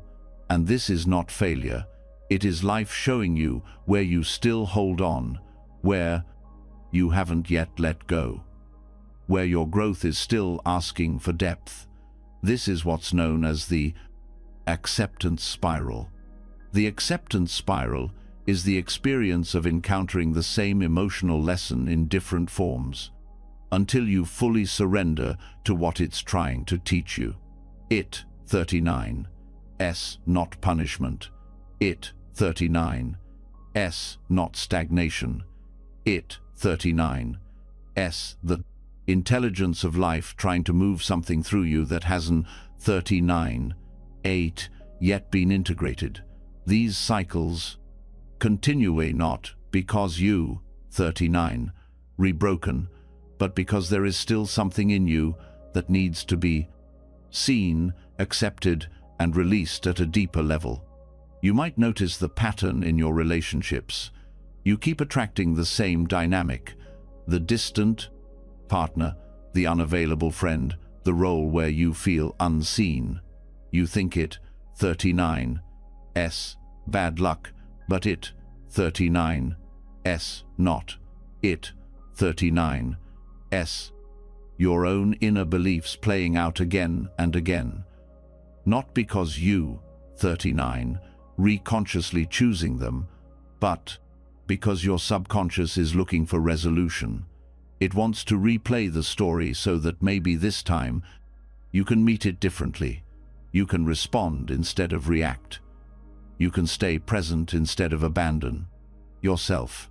But until you do, the pattern repeats. These cycles are often uncomfortable. They make you question your progress. But discomfort is not regression. It's a signal that the next layer is ready to be healed. You're not back at the beginning, you're circling deeper. Spirals don't repeat in flat loops. They move down or up, inward or outward. Each time the pattern returns, it brings the chance for more awareness, for more clarity, 4. More surrender. Letting go in these cycles is rarely about doing something dramatic. It's about changing your relationship to the lesson, not fighting it, not blaming others, not escaping into distraction, but sitting with it, asking what it's showing you, noticing how your reactions mirror the ones you've had before. Acceptance begins when you recognize that the external circumstance isn't the real work. It's the invitation to meet your inner world with honesty. Sometimes the lesson is about boundaries. Sometimes it's about self-worth. Sometimes it's about trust. But no matter the surface situation, the core of the spiral is always emotional surrender, not resignation, not apathy, but a quiet willingness to stop resisting the truth, to feel what's there without needing to control it, to let life be what it is, and respond from clarity instead of fear. This is where most people get stuck. They try to change the circumstance without changing their inner relationship to it. They leave the job, but find the same frustration in the next one. They end the relationship, but repeat the same patterns with someone new. The scenery shifts, but the emotion underneath stays the same. And that emotion holds the key. When you fully feel it, acknowledge it, and let it move through, the need for the pattern dissolves. The acceptance spiral is also a test of humility. It asks you to admit that you, 39, still learning, even when you thought you were done. It invites you to drop the ego that says, quote, I should be past this by now, quote, and replace it with curiosity, quote, what is this still trying to teach me, quote. That question opens the door to transformation. Not surface change, but cellular change. The kind that rewrites your nervous system, your habits, your self-concept. Every spiral contains a gift, but only if you're willing to look. Sometimes the gift is clarity. Sometimes it's strength. Sometimes it's a deeper relationship with yourself. But you only receive it when you stop fighting the pattern. When you stop shaming yourself for still being in it. When you start meeting yourself with compassion instead of criticism. That shift is what breaks the loop. Life doesn't repeat because it enjoys watching you suffer. It repeats because healing is not intellectual. It, 39, experiential. You have to feel it to release it. You have to meet the pattern in your body, in your breath, in your behavior. Until then, awareness alone is not enough. Knowing the wound is there is step 1. Choosing differently when it gets triggered. That's the work. That's the evolution. Letting go in the spiral doesn't always look graceful. Sometimes it looks like crying over something that happened years ago. Sometimes it looks like saying no, even when it terrifies you. Sometimes it looks like sitting in silence instead of explaining yourself. These small choices are how the spiral starts to loosen. Not because life got easier, but because your presence grew stronger. One of the reasons these lessons return is because your nervous system learns in layers. Each time a similar situation arises, it gives you the opportunity to respond from a calmer place, a more embodied place, a more rooted place. You're not erasing the past, you're rewriting your response to it. And in that rewriting, you free yourself from having to repeat it again. It's also important to understand that letting go isn't always emotional. Sometimes it's behavioral. It, 39, recognizing that certain habits, people-pleasing, over-explaining, emotional suppression are the way you've kept the spiral in motion. They're protective, but they're outdated. Letting go means choosing new behaviors that support who you are now, not who you were when the pattern began. This takes courage, because new behavior often feels unsafe, even when it's healthy. Your body is used to the cycle. It knows how to exist in it. Stepping out of it means uncertainty, it means discomfort, but it also means freedom. And that freedom is not loud. It, 39, not flashy. It's quiet, like peace, like breath, like no longer needing to rehearse the pain. Sometimes the spiral doesn't break until you let someone go, or until you stop defending the part of you that still wants to prove something. It might not be obvious what needs to shift, but the answer is always found in the moment you choose to stop doing what you've always done. The moment you pause instead of perform. The moment you sit with the feeling instead of run from it. And even when you think you've broken the spiral, it may return one more time. Not to punish you, but to show you how far you've come. To give you the chance to meet it with grace. To realize that your response is different now, that your center is stronger, that your peace is not as easily stolen. That is the quiet victory of acceptance. It doesn't always announce itself, but it lives in how you move, how you love, how you stay steady in a moment that once broke you. The acceptance spiral is a gift disguised as repetition. It brings you back, not to remind you of your wounds, but to reveal your growth, to show you where your power lives now, not in perfection, but in presence. And presence, once chosen over and over again, becomes your way out, not by escaping the cycle, but by no longer needing it to continue.